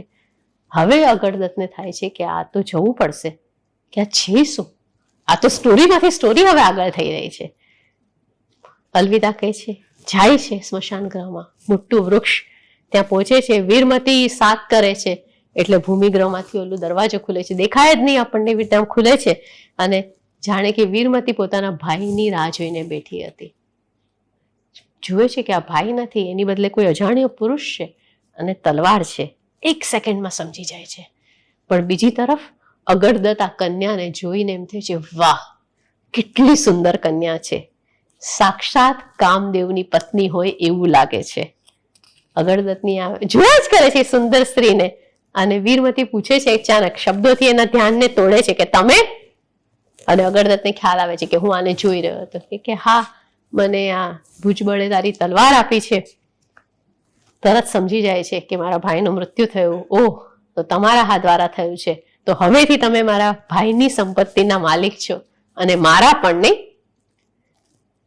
અગરદત્ત અંદર જાય છે, વીરમતી દરવાજો બંધ કરે છે અને કહે છે કે આ જુએ છે તો ચારે તરફ ધન ધન ધનના ઢગલા, આખું નગર લૂંટ્યું હતું ને તો ધનના ઢગલા, એટલે કહે છે કે આ બધી સંપત્તિ આજથી તમારી અને હું પણ હવેથી તમારી. અગરદત્ત તો આમ ક્ષણ પહેલા રૂપમાં મોહાઈ ગયો છે, એની પાસે કઈ બોલવાનો અવકાશ નથી, એને સમજાતું નથી. ત્યાં વીરમતી એનો હાથ પકડી લે છે અને જાણે બહુ પ્રેમ ન હોય એવી રીતે એની સાથે વર્તન કરે છે અને એક પછી એક બધી વસ્તુ દેખાડે છે, આ ધન આ ધન આ ધન. હવે અગરદત્ત શયન ગ્રહમાં પ્રવેશે છે અને ત્યારે વીરમતી કહે છે તમે આ પલંગ પર બેસો, હું તમારા માટે ચાદર અને ઓઢવાનું બધું લઈને આવું, અને અગરદત્તને ત્યાં બેસાડે છે. અગરદત્તને વિચાર આવે છે કે એક ક્ષણમાં કેવી રીતે બને આ.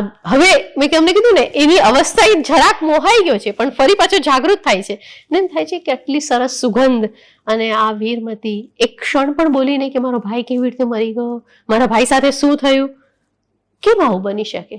એને પલંગ પર બેસાડીને વહી ગઈ તો કે નહીં કંઈક ઓલું લાગે છે. ઓલા જોગીને જોઈને એને લાગ્યું હતું ને કે આના મોઢા પર તેજ નથી, એમાં આને જોઈને લાગે છે કંઈક લાગે છે. એ પલંગ પરથી ઊભો થઈ જાય છે અને દૂર ખૂણામાં જઈને ઊભો રહે છે કે ના મને જોવું છે. એ દૂર ખૂણામાં જઈને ઊભો રહે છે અને વિચાર કરે છે કે આ તો ચોરની બહેન અને એ પણ પાછી સ્ત્રી, વિશ્વાસ કરાય કે ન કરાય. અને એમ વિચારતા વિચારતા દૂર ખૂણામાં ઊભો છે અને ત્યાં બીજી ક્ષણે એક જોરથી મોટી શિલા એ પલંગ ઉપર પડે છે. એક યંત્ર શિલા ત્યાં ગોઠવવા, એટલે પથ્થર મોટો પલંગ એવી રીતે ગોઠવવામાં આવ્યું હતું કે ઉપરથી પથ્થર મોટો ત્યાં પડે અને જેવો પથ્થર એ પલંગ ઉપર પડે, જે માણસ નીચે હોય તો ચોર થઈ જાય. તરત એને ખ્યાલ આવે છે કે આ ભાઈનો બદલો લેવા માટે આ લોકોએ આવું ગોઠવી રાખ્યું હતું કે ક્યારેક ભવિષ્યમાં જો આવું થાય તો વીરમતી એ માણસને આ રીતે મારી શકે. ઓલી વીરમતી જોવા આવે છે કે અગરદત્ત મૃત્યુ પામ્યો કે નહીં અને તરત જ એને પાછળથી એના પર હુમલો કરે છે, એને પકડી લે છે અને રાજા પાસે લઈ જાય છે. વચ્ચેની વાત આખી આપણે કાઢી નાખીએ છીએ. રાજા પાસે લઈ જાય છે અને કહે છે કે આ ચોર. હવે રાજા પણ તમારા જેવો જ હતો, પૂછે છે ભાઈ આ ચોર છોકરી કેવી રીતે થઈ ગઈ, આ તો શક્ય જ નથી. એટલે પછી આખી વાત કરે છે. પ્રજાજનો તો સ્વીકારે નહીં કે નહીં સાહેબ આ તો બધી વાર્તા છે. કે છે ચલો હું તમને લઈ જાઉં. પહેલા વેરાન જગ્યાએ લઈ જાય જ્યાં ઓલા માણસોને મારી નાખ્યા હતા, ત્યાંથી આ જગ્યાએ લઈ જાય જ્યાં બધી ચોરાયેલું ધન હતું અને પછી રાજા કહે છે કે આ બધાનું ધન નગરજનોને પાછું આપી દો. હવે આ વાત છે ને આપણને અહીંયા અટકાવે. રાજા એમ કે આ નગરજનોનું ચોરાયેલું ધન છે તો એ વખતે એ નગરજનો કેટલા બધા સત્યવાન હશે કે દરેકે પોતાના જ ધન ઉપર ક્લેમ કર્યું હશે. બાકી આપણે જો સચ્ચે એવું બને મુંબઈમાં, હું અમદાવાદની તો નથી જાણતી, મુંબઈમાં એમ બને કે આજે આ ધન છે બધા પોતપોતાનું લઈ જાઓ તો જેનું ન લઈ હોય એ લોકો પણ આવી તો જાય જ ને, સ્વાભાવિક છે. પણ અહીંયા તો એવું બને રાજા એમ કે ચાલો બધા અને નગરજન અને પછી જેટલું ધન વધે જે કોઈ ક્લેમ કરવા નથી આવતું એને કે આ બધું અગરદત્ત તારું છે.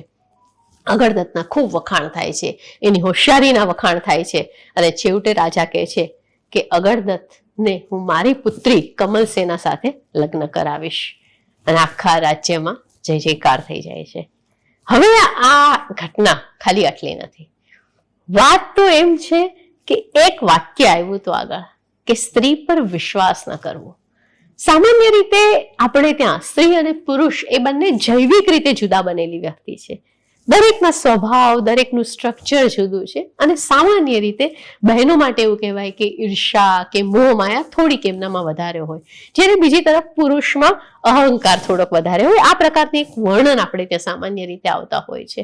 હવે અગરદત્તના લગ્ન જ્યારે કમલ સેના સાથે નક્કી થાય છે ત્યારે એને વચન કોને આપ્યું હતું? મદન મંજરીને. મદન મંજરીને કહ્યું હતું, રાજાએ તો કહી દીધું નજીકનું ભવિષ્ય કઢાવો અને લગ્ન કરાવો. રાશિ મેળ થાય, ગૃહ મુહૂર્ત થાય બધું. અને પછી તો કવિએ બહુ સરસ વર્ણન કર્યું છે કે એના લગ્ન કેવી રીતે થાય. એટલે એક આખું વર્ણન આવે કે ચારે તરફથી બધા સરસ મજાના વસ્ત્રો પહેર્યા હોય, નગરની ગલીઓ શણગારી હોય. આપણે તો આજકાલ લગ્નમાં ખાલી એક બહુ તો મકાન શણગારતા હોઈએ, અને બધા ડેસ્ટિનેશન વેડિંગ હોય તો ડેસ્ટિનેશનની હોટલ શણગારતા હોઈએ. પણ પહેલાના જમાનામાં એવું નહોતું. ગામ આખા ને આખા આમ સરસ રીતે સુંદર થતા હતા. તો એની આખી વાત અહીંયા આવે કે બધી સ્ત્રીઓમાં કેવો ઉલ્લાસ હોય, ઉત્સાહ હોય અને વિદૂષકો હોય. એ સમયમાં લગ્નમાં એવું પણ હતા કે વિદૂષકો, ગવૈયા, એટલે શેરીએ તમારે એવા હાસ્યના ઓલા પણ થાય કે થોડાક અહીંયા એન્જોય કરાવતા હોય, એન્ટરટેનમેન્ટ જેને તમને કહીએ, મેળા જેવું વાતાવરણ થાય. લગ્ન બંધાય, કમલ સેના અને અગરદત્ત બહુ સારી રીતે રહેતા હોય અને એકવાર બંને જણા શાંતિથી બેઠા હોય ત્યારે એક દાસી આવે છે. દાસી આવીને પૂછે છે કે મારે અગરદત્તને મળવું છે. એટલે અગરદત્ત પૂછે, ભાઈ છે કોણ તું? તો એ કહે કે તમે. હવે આ વાક્ય સાંભળજો. સ્વામી, સંતૃપ્ત ધરા જેવી મારી સખી આપના મિલનથી મેઘવૃષ્ટિ ઈચ્છે છે. ચાતક ની તરસ જે વરસાદ छिપાવી શકે છે એવી આપનામાં તાકાત છે.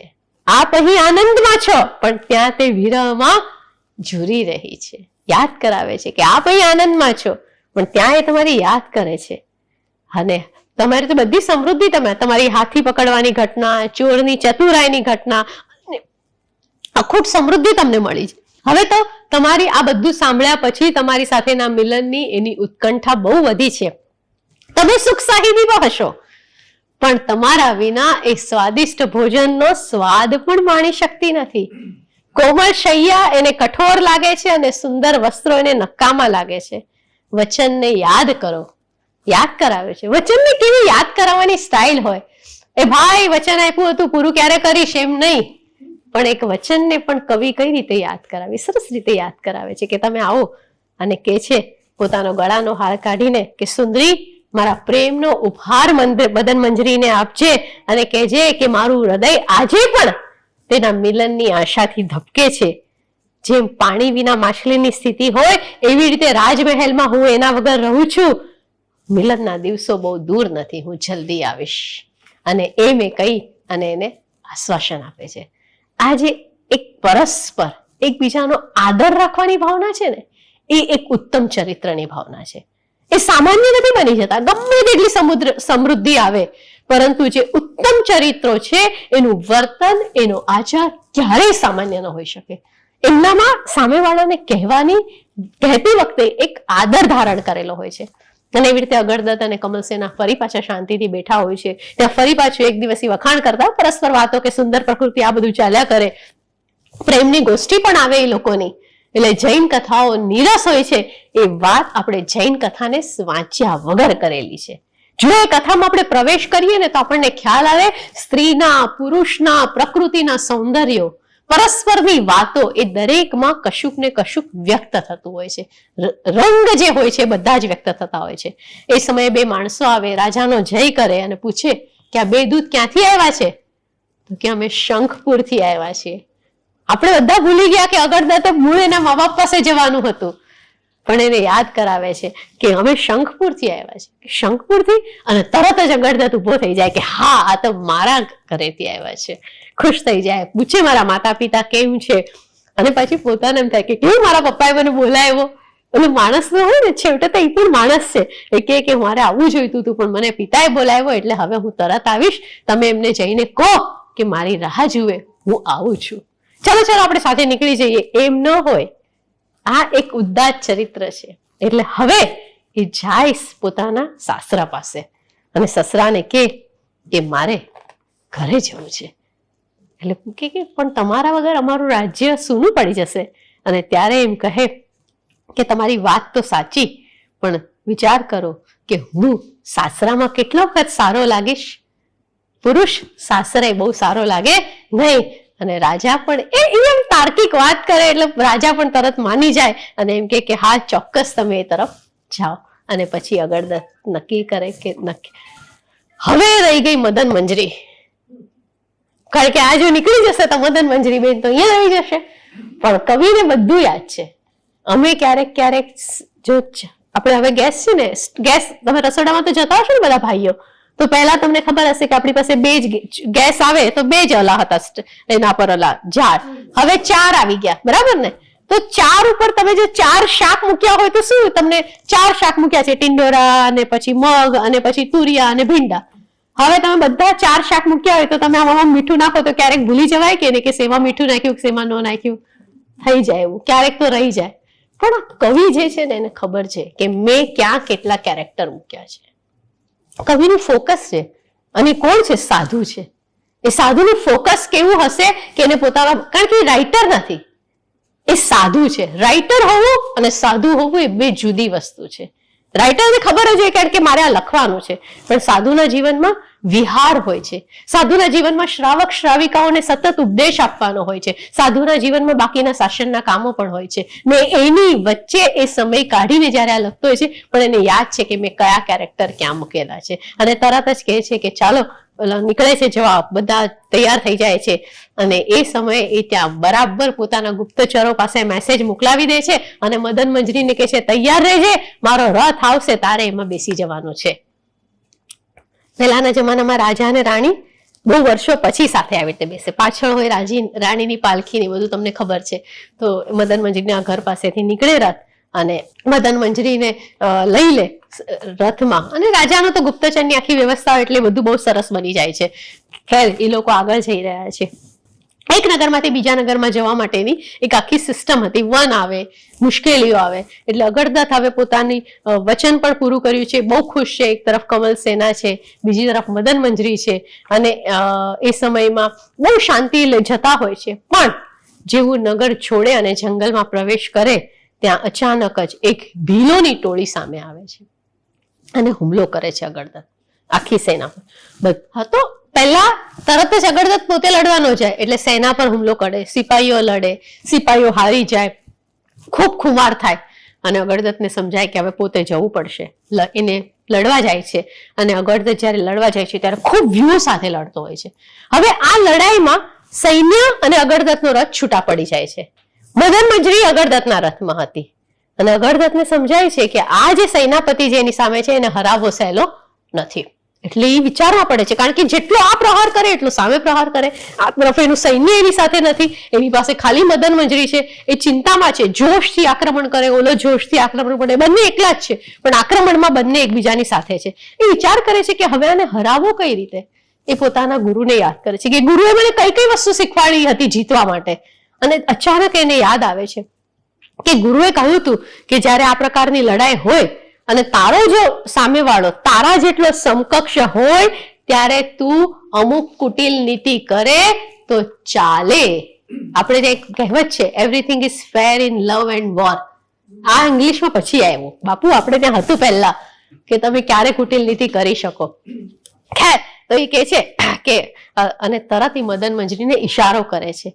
સંબંધ પણ કેવા હોય કે તમારે બધું સમજાવવું ન પડે, એ થઈ જાય. એ મદન મંજરીને ઈશારો કરે છે કે તું રથના આગળના ભાગમાં જઈને બેસી જા. મદન મંજરીનો વિશ્વાસ કેવો હશે એના ઉપર કે મને આગળના ભાગમાં બેસવાનું કહે છે જ્યાં ભીલનો સીધો હુમલો, સેનાપતિનો હુમલો થઈ શકે. અને એ ત્યાં બેસી અને ઓલા સામે જે સેનાપતિ છે એની સામે એકદમ કામથી અને પ્રેમથી જુએ છે. પુરુષની નબળી ક્ષણ એ સ્ત્રી હોય છે અને તરત જ એની સામે જોઈને થોડીક ક્ષણ માટે પોતાનું ધ્યાન ગુમાવી બેસે છે. અને એના પર જેવું ધ્યાન ગુમાવી બેસે છે એટલે તરત જ એને ઓલો બરાબર એના મર્મ સ્થાન ઉપર તીરથી મારે છે, કારણ કે એનું ધ્યાન અહીંયા જાય અને તરત ઓલો તક સાધી લે છે. ત્યારે સેનાપતિ એક વાક્ય કહે છે, મને જીત્યો પણ ઘમંડ કરતો નહીં, હું તારા બાણના પ્રહારથી નહીં, કામ બાણના પ્રહારથી મર્યો છું. એટલે કામ બાણના પ્રહારથી હું પહેલા જ મરી ગયો હતો, એટલે તે તો મરેલાને મારવાનું કામ કર્યું છે. કઈ નહીં, હંમેશ માટે મૃત્યુ પામે છે.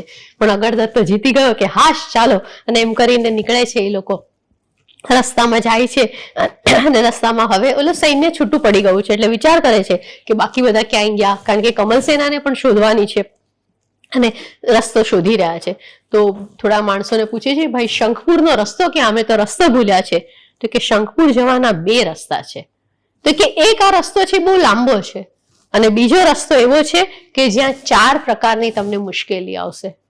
અગરદત્ત કે બોલ ભાઈ, આટલી મુશ્કેલી આવી તો હજી શું મુશ્કેલી આવશે? તો એ કે છે ત્યાં એક ચોર આવશે, એક વાઘ આવશે, એક હાથી આવશે અને એક સર્પ આવશે. અને સર્પ કેવો? દ્રષ્ટિવાળો, જેની દ્રષ્ટિ માત્રથી તમે મૃત્યુ પામી શકો એવો સર્પ આપશે. અગરદત્ત કે હું આ બધાથી હારનારો નથી, હું તો આ બધાને જીતી શકું એમ છું. કારણ કે હવે એનું એક આખું જે પુરુષાર્થનું ચરિત્ર હતું, કવિની એક આખી છે ને બાંધણી છે.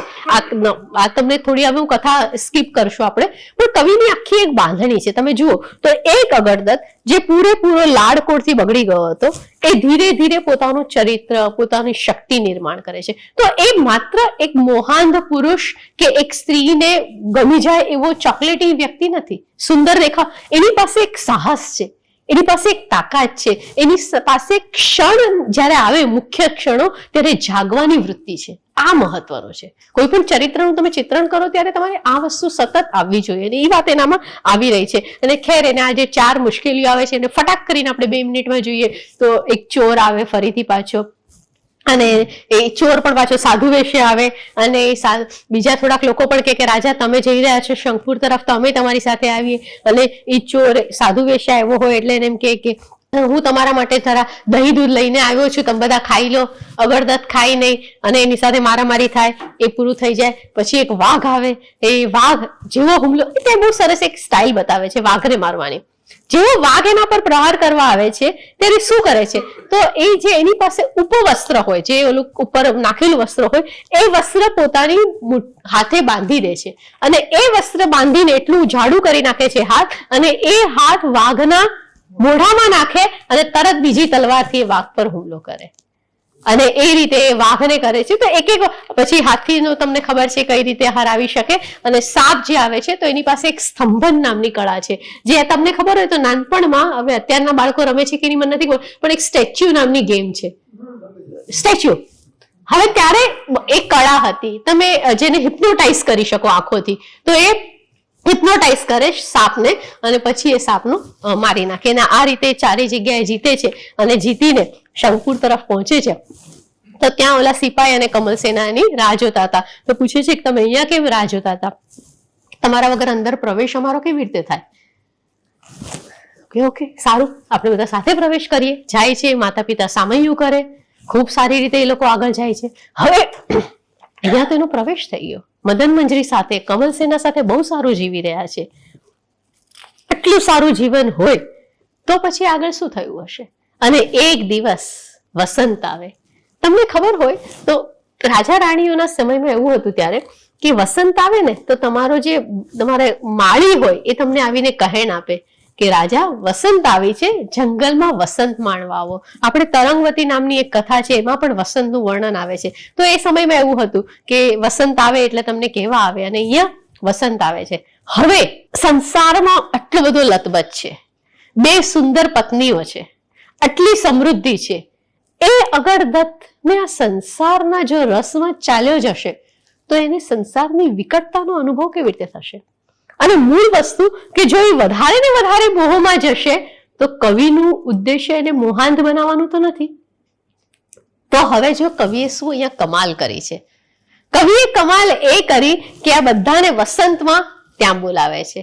અને વસંતમાં જયારે બોલાવે છે અને બધા, હવે અહીંયા જુદા પ્રકારની જે કથાઓ છે એની પણ થોડોક ઉલ્લેખ કરી દો. તો વસંતમાં એ લોકો જંગલમાં ગયા છે, વસંતમાં એ લોકો જંગલમાં ગયા છે, અને એ સમયે એને પુષ્પગુચ્છ આપે છે ઓલી મદન મંજરીને. એ પુષ્પગુચ્છમાં સાપ છે અને એ મદન મંજરીને કરડે છે, અને મદન મંજરી મૃત્યુ પામે છે. આ જે કથા છે આપણી સુમતિ મુનિ, એમાં સીધું એવું જ દેખાડ્યું છે, પુષ્પગુચ્છ આપે છે એવું નથી દેખાડ્યું.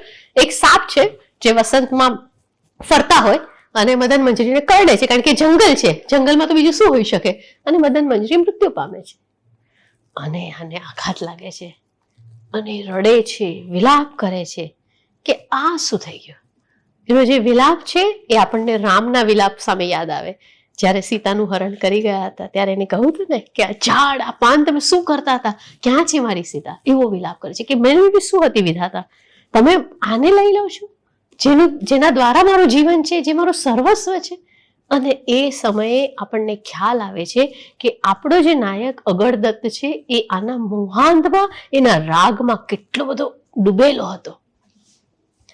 કે છે કે હું આના વગર નહીં જીવું અને હું અગ્નિમાં પ્રવેશ કરીશ.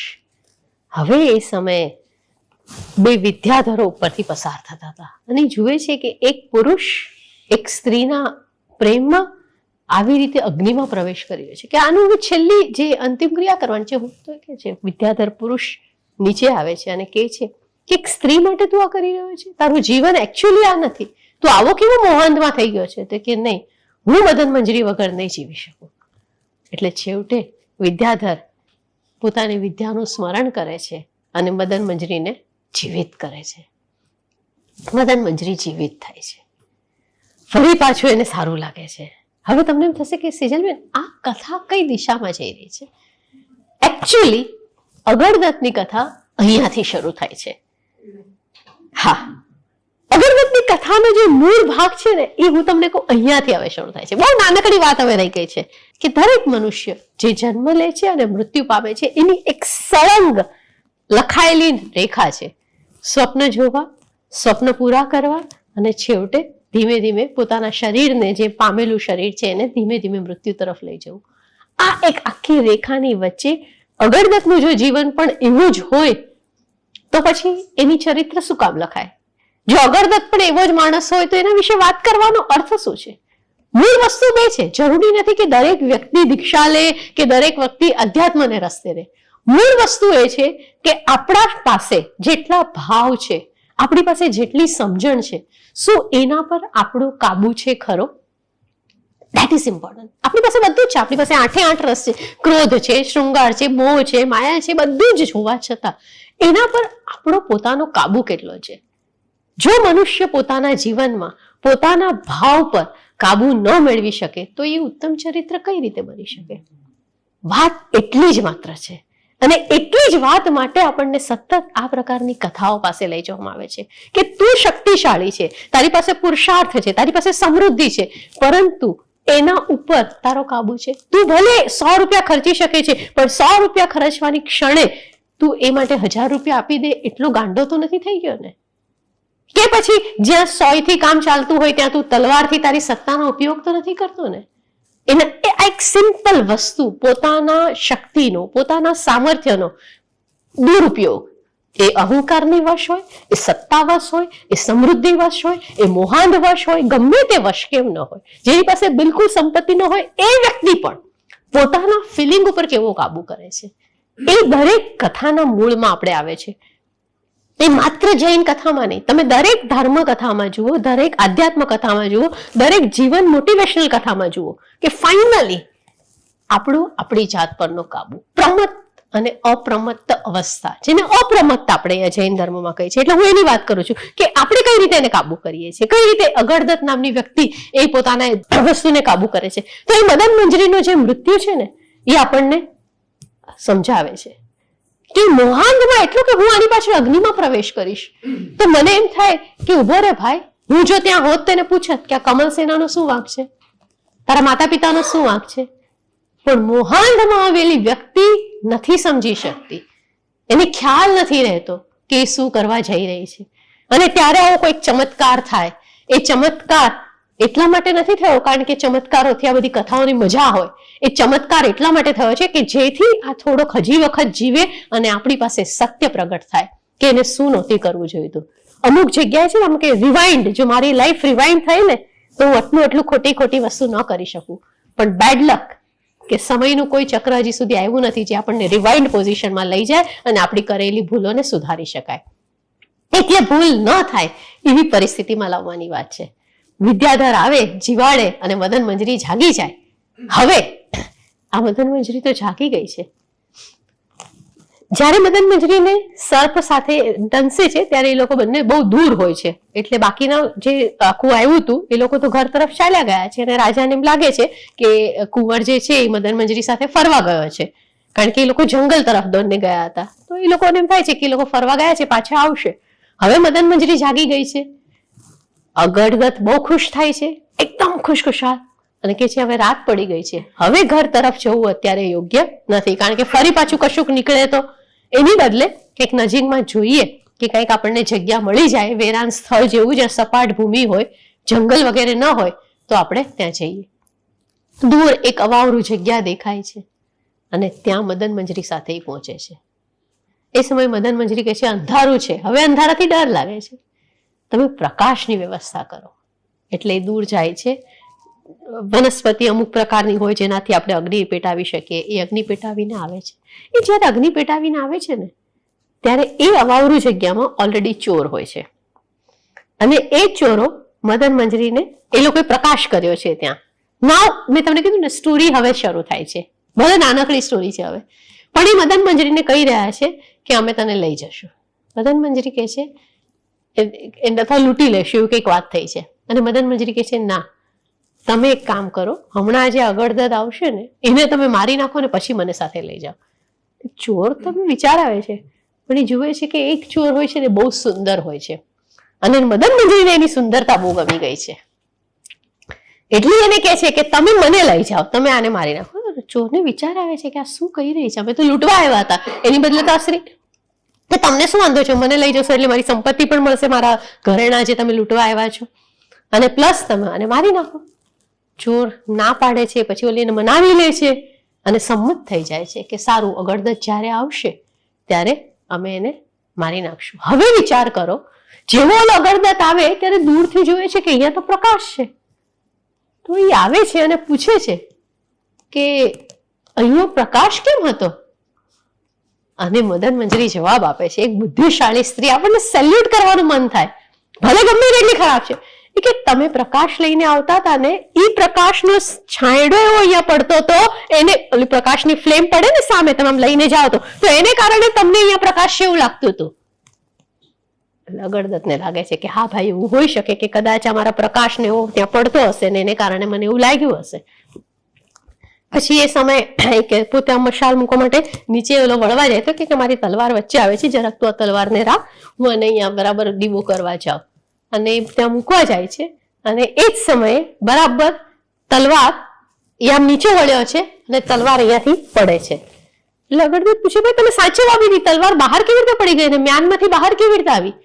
તો એ કે તમને ખબર નથી, મને ક્યારની ઠંડી લાગે છે, મારા હાથમાં તાકાત નથી, આટલી મોટી જાડી તલવાર તો મને સમજ્યા વગર આપી દીધી, હું કેવી રીતે એને સંભાળું? અગડદતને લાગે છે કે ઓકે, સહજ એક અકસ્માત રૂપે પડી ગઈ હશે. અને પછી બંને જણા પાછા, બીજો દિવસ સવાર પડે છે અને બંને જાય છે પાછા ઘરે પહોંચી ગયા છે. અગરદત્તને કઈ જ ખબર નથી, ચોર આવ્યા, ઓલો પ્રકાશ માટે એને મનાવી લીધું, તલવાર માટે માની ગયા, બંને પાછા સુખના દિવસો જુએ છે. અચાનક એક દિવસ નગરમાં એક અશ્વ વેચવા વાળો આવે છે અને અશ્વવાળો કહે છે કે બહુ સારા અશ્વ છે, એટલે રાજા કહે છે કે આ યુવાન મારો દીકરો છે, તમે એને લઈ જાઓ અને દેખાડો તમારા અશ્વ. તો અગરદત્ત કહે છે કે હા ચાલો, અને મને એક સુંદર અશ્વ ગમી જાય છે અને કહે છે કે હું આના પર ચડું. અને જેવો ચડે છે અને એને દોરી આમ પકડવા જાય છે ત્યાં અશ્વ એકદમ દોડવા માંડે છે. ઓલો જેટલી વાર ઘોડાને રોકવા માટે તમારે એક ખેંચવું પડે આમ, જેથી એ રોકાય છે, અને એને વિદ્યા શીખ્યો હતો, તો એ જેટલી વાર ખેંચે ઘોડો ઓર દોડે. અને થોડીક વારમાં એને ખ્યાલ આવે છે કે આ ઘોડો તો વેગમાં ને વેગમાં બહુ પાછળ આગળ નીકળી ગયો છે અને રોકાતો જ નથી. છેવટે થાકી જાય છે કે જો આ ઘોડો રોકાશે નહીં તો મને કેટલું દૂર લઈ જશે મને ખબર નથી. વિચાર કરે છે કે જેવો ઘોડો આટલા ઝડપથી આગળ જતો હોય ત્યારે હું શું કરું કે વૃક્ષની કોઈક ડાળી આવે એને પકડી લઉં અને ઘોડાને છોડી દઉં. એટલે એની સાથેના જે સૈનિકો જેનું રક્ષણ કરવા માટે હતા એ તો દૂર પાછળ રહી ગયા છે, કારણ કે ઘોડાની સ્પીડ બહુ હતી. એ ઘોડાની ઓલી છોડી દે છે, એ છોડે છે એટલે ઘોડો રોકાઈ જાય છે. ત્યારે એને સમજાય છે કે આ ઘોડાને ઊંધું શીખવાડવામાં આવ્યું હતું, ઘોડાને ખોટી રીતે શિક્ષિત કરવામાં આવ્યો હતો, અને ઘોડો રોકાઈ જાય છે, એને હાશકારો લાગે છે, અને ત્યાં એ થોડા ઊભો ઉતરે છે, કારણ કે જીવ એનો ઊંચે આવી ગયો હતો, પાણી વગેરે વગેરે પીવે, થોડાક જુએ કે આજુબાજુ કોણ છે, તો એક બગીચા જેવું છે, ત્યાં થોડાક સાધુ મુનિઓને જુએ છે, અને સાધુ મુનિઓને જઈને પૂછે છે કેમ છો, સુખશાતા વગેરે. થાય છે આટલા યુવાન, આવી સરસ ઉંમર, બધા જ એકદમ સશક્ત, દીક્ષા કેમ લીધી હશે?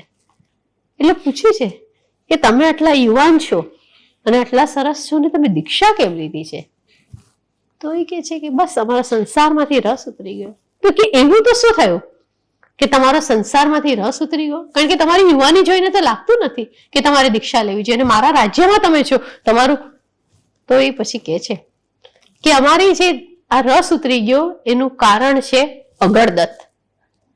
અગળદત્ત કે છે આ લોકો મારું નામ, આ લોકો મને ઓળખતા નથી લાગતા નામથી, પણ આ લોકો મારું નામ લઈ રહ્યા છે. તો કે હા, અગળદત્તને કારણે અમારો મોહ ઉતરી ગયો.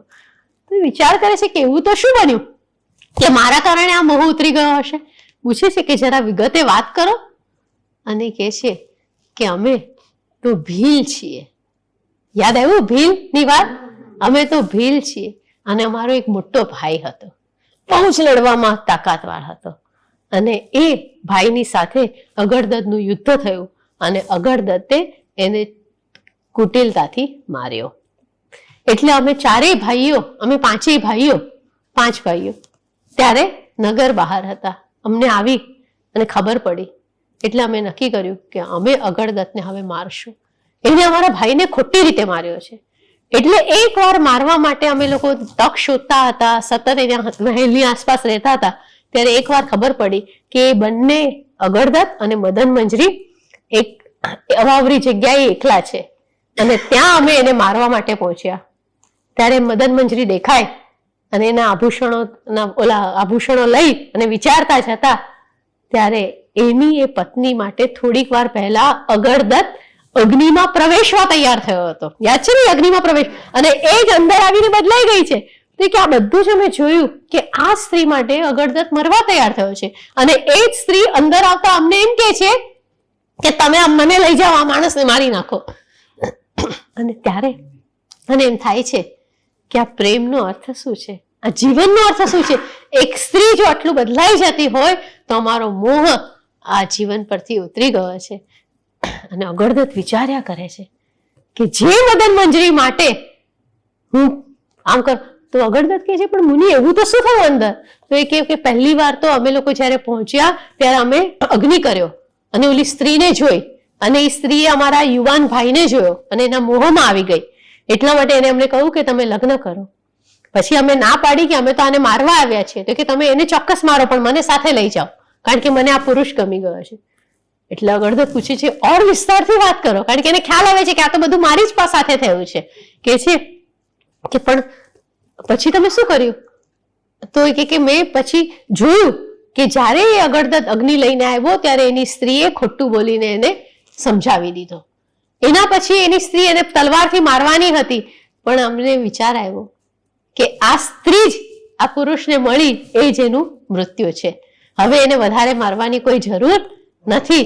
અને એટલા માટે જ્યારે એ તલવારથી એને મારવા ગઈ ત્યારે આ નાના ભાઈએ ધીમેથી એના હાથ ઉપર કંઈક ફેંક્યું, અને એને કારણે એનો હાથ હલી ગયો અને તલવાર ખોટી જગ્યાએ પડી ગઈ.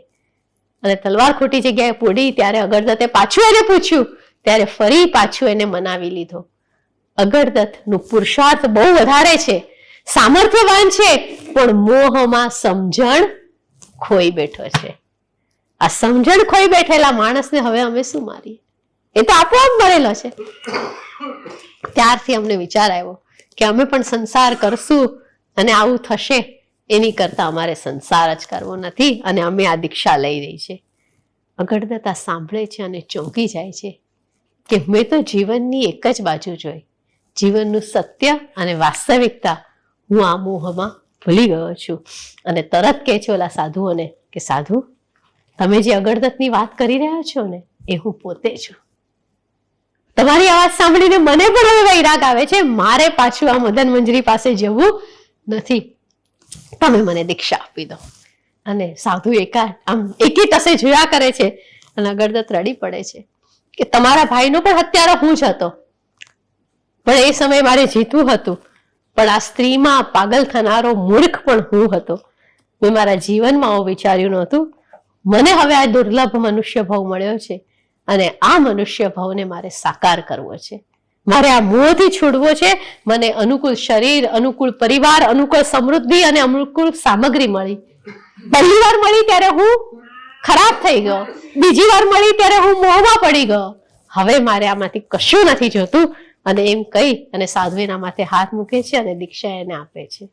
અને દીક્ષા મળતા એ અગરદત્ત મુનિ બને છે અને આ કથા આ રીતે પૂરી થાય છે. તો એક આવી જુદી કથા, અને એ પણ એક જુદી રીતે લખાયેલી કથા. એ સંસ્કૃત સાહિત્યમાં અને પ્રાકૃત સાહિત્યમાં તમને કહું કે એક મૂળ જે આપણે સંગદાસ ગણીની, વસુદેવ હિન્દીની બધાના ભાગરૂપે હતી કે કોઈકને તમે જાગૃત કરવા માટે જયારે તમે આ રીતની વાત લખો છો. પરંતુ માનવ જીવનના જે રહસ્યો છે, માનવ જીવનના જે સત્યો છે ને, એ સામાન્ય રીતે આપણે બહુ અવગણી દેતા હોઈએ છીએ. આપણને ખરેખર રસ જ નથી. આપણો રસ રોજિંદી પ્રવૃત્તિમાં છે, આપણો રસ શાશ્વતી પ્રવૃત્તિમાં નથી. આમ કોઈ વ્યક્તિ જયારે અચાનક ચાલ્યું જાય ને ત્યારે આપણે એમ કહેતા હોઈએ કે આપણું જીવનમાં એને જે કરેલા કર્મો છે એને કારણે યાદ રહેશે. એ બધી ફિલોસોફી એવરીડે લાઈફમાં ક્યારેય યાદ નથી રહેતી અને એ બધું જ ભૂલી જવાય છે, કારણ કે એ નિયતિ છે અથવા એ જ સંસાર છે કે જે પણ હોય તે. એટલે અગરદત્તની આવી વાત આપણને શીખવાડે છે કે એક વ્યક્તિત્વ કેવી રીતે અપ્રમત્ત અવસ્થામાં હોઈ શકે. એ માત્ર, અને એટલા માટે મને ઘણી બધી વાર એમ કહેવાનું મન થાય કે મહાવીરે સતત ગૌતમને શું કહ્યું? પ્રમાદ ન કર, તું જાગૃત રહે. પ્રમાદ ન કરે એટલે માત્ર આળસ ન કરે એવું નથી કહ્યું. Every moment, every activity, whatever you are doing, તું જાગૃત રહે. કોઈ તારા વખાણ કરે છે, તું જાગૃત થા. તું કોઈકના વિશે ખરાબ બોલે છે, તું જાગૃત થા. તું કંઈક કરી રહ્યો છે, કોઈક એક્ટિવિટી કરી રહ્યો છે, તું જાગૃત રહે. આ જાગૃતિ એ એકમાત્ર વસ્તુ છે જે તને સતત તારી નજીક લાવશે. આપણી બધી જ એક્ટિવિટી અન્યની નજીક જવા માટે છે, પણ એ અન્યની નજીક જે જવા માટે છે એ અન્ય તો મારું છે જ નહીં, કારણ કે અન્ય કોઈ અન્યનું છે અથવા એ અન્ય પોતાનું છે. પણ હું મારી છું. જો એ મારું બનવું છે તો હું એની સાથેનું મારું જે જોડાણ છે ને, એક ટ્રક તમે બધા જોઈ હશે ને, ટ્રક, એમાં ખબર છે એક વાક્ય લખેલું છે, કીપ સેફ ડિસ્ટન્સ.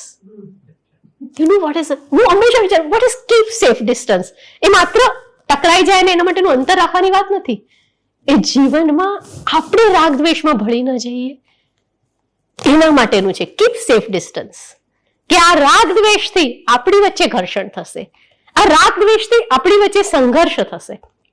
અને આવા ચરિત્રો આપણને આ રીતે જાગૃત કરતા હોય છે, કારણ કે ચરિત્રોની વચ્ચેની જે લાઈન હોય છે ને, બિટવીન ધ લાઇન્સ જેને આપણે કહીએ છીએ, એ બિટવીન ધ લાઇન્સ આપણને સતત કંઈક જુદી દિશામાં લઈ જાય છે. આ કથા જે આખી વાંચી અને મેં તમને કહ્યું ને, અગરદત્ત એટલે આમ એકદમ અપ્રમત્ત એવું ખરું, પરંતુ આખી આ કથામાં તમે જોશો ને, બધી અલગ અલગ છે. થોડી કુશલલાભની જુદી છે, પછી બાકીના સર્જકોની જુદી જુદી કથા હોય છે. અને અહીંયા તો તીર્થભદ્ર મહારાજ સાહેબે આખું તુલનાત્મક લેખન પણ કર્યું છે, પરંતુ પાછળના 30 પાના માત્ર શબ્દોના છે. કારણ કે તમારે શું હોય છે, જયારે તમે આ પ્રકારની કૃતિ વાંચો છો તો કેટલા બધા શબ્દો એવા હોય છે જે તમને નથી ખબર. તમે જૂની ગુજરાતીમાં વાંચો તો તમને એમ થાય કે આ શું છે, ઈ નો એ થાય, અઈ નો અઈ થાય. તો આ બધા નવા આપણી જે ભાષાના પ્રશ્નો છે અને બધું જૂની, પરંતુ એટલા બધા શબ્દો પણ સાથે આજે આપણે ભૂલી ગયા છીએ. તો તમે માત્ર આખું આ પુસ્તક ન વાંચો, પરંતુ પાછળના માત્ર 30 પાના વાંચો ને તો તમને એમ થાય બાપ રે, આટલા બધા શબ્દોથી હું અજાણ્યો છું. આપણે તો આપણા જીવનમાં માંડ ગણીએ તો 500 શબ્દો એવા હશે જેનાથી આપણું આખું જીવન વ્યવહાર ચાલી જતો હશે, એકના એક શબ્દોનું. પરંતુ આ બધા શબ્દો, આ બધી ભાષાઓ, જૂની ગુજરાતીના આખા જે શબ્દો છે, અપભ્રંશના શબ્દો છે, એવા થોડાક શબ્દો પણ તમે આમ જ કહી દઉં તો અવર એટલે ઊંધા અને અવર એટલે બીજાને, આપણને આ ખબર છે. અહીંયાણી એટલે નિશાની, આકુડી આકૃતિ, આછી શબ્દ તો આપણે બધાએ સાંભળ્યો છે. આછી એટલે આછું લાગે, પણ આછીનો અર્થ છે સુંદર. હું પણ વિચારવા પડી ગઈ કે જેમ જેમ આમ શબ્દોમાંથી ગઈ એમ તેમ ખબર પડ્યો કે દવાઈ એટલે ડાબી બાજુએ. અને મને પહેલી વાર ખબર, હું રિક્ષાવાળાને કેવા ગઈ, દવાઈ, તો કે શું, આવું કોઈ જગ્યા નથી. પણ આ એક શબ્દો જે છે અલગ અલગ, ટાઢી શબ્દ તો આપણે બધા જ જાણીએ છીએ, પણ એક શબ્દ છે જેને આપણે બહુ વાપરતા હોઈએ છીએ, ઢોલી. હવે ઢોલી એટલે આપણને એમ લાગે ઓલો ઢોલ વગાડનારો, પણ ઢોલી એટલે પલંગ પર, પલંગની. તો આવા શબ્દો પણ આપણે વાંચતા જઈએ. એ ઢોલીમાં રસોઈ કરવાનો એટલે ખ્યાલ આવી છે, તો રસોઈ કરીએ એટલે પલંગની ઉપર, ઓલો પલંગની ઉપર બેસે છે ને આપણો, અને ત્યાં ઉપરથી ઓલી યંત્રશિલા પડે છે. તો આવા શબ્દો વાંચીએ ને એ પણ માત્ર આપણને આ પ્રકારની કૃતિઓ ઉકેલવામાં મદદ કરતા હોય છે, કારણ કે આ કૃતિઓની જુદી જુદી મજા છે. કહે વિદ્યાધર દોઈ કઈ કોમર દુઃખ ધારે, તને એવું તો દુઃખ શું પડ્યું?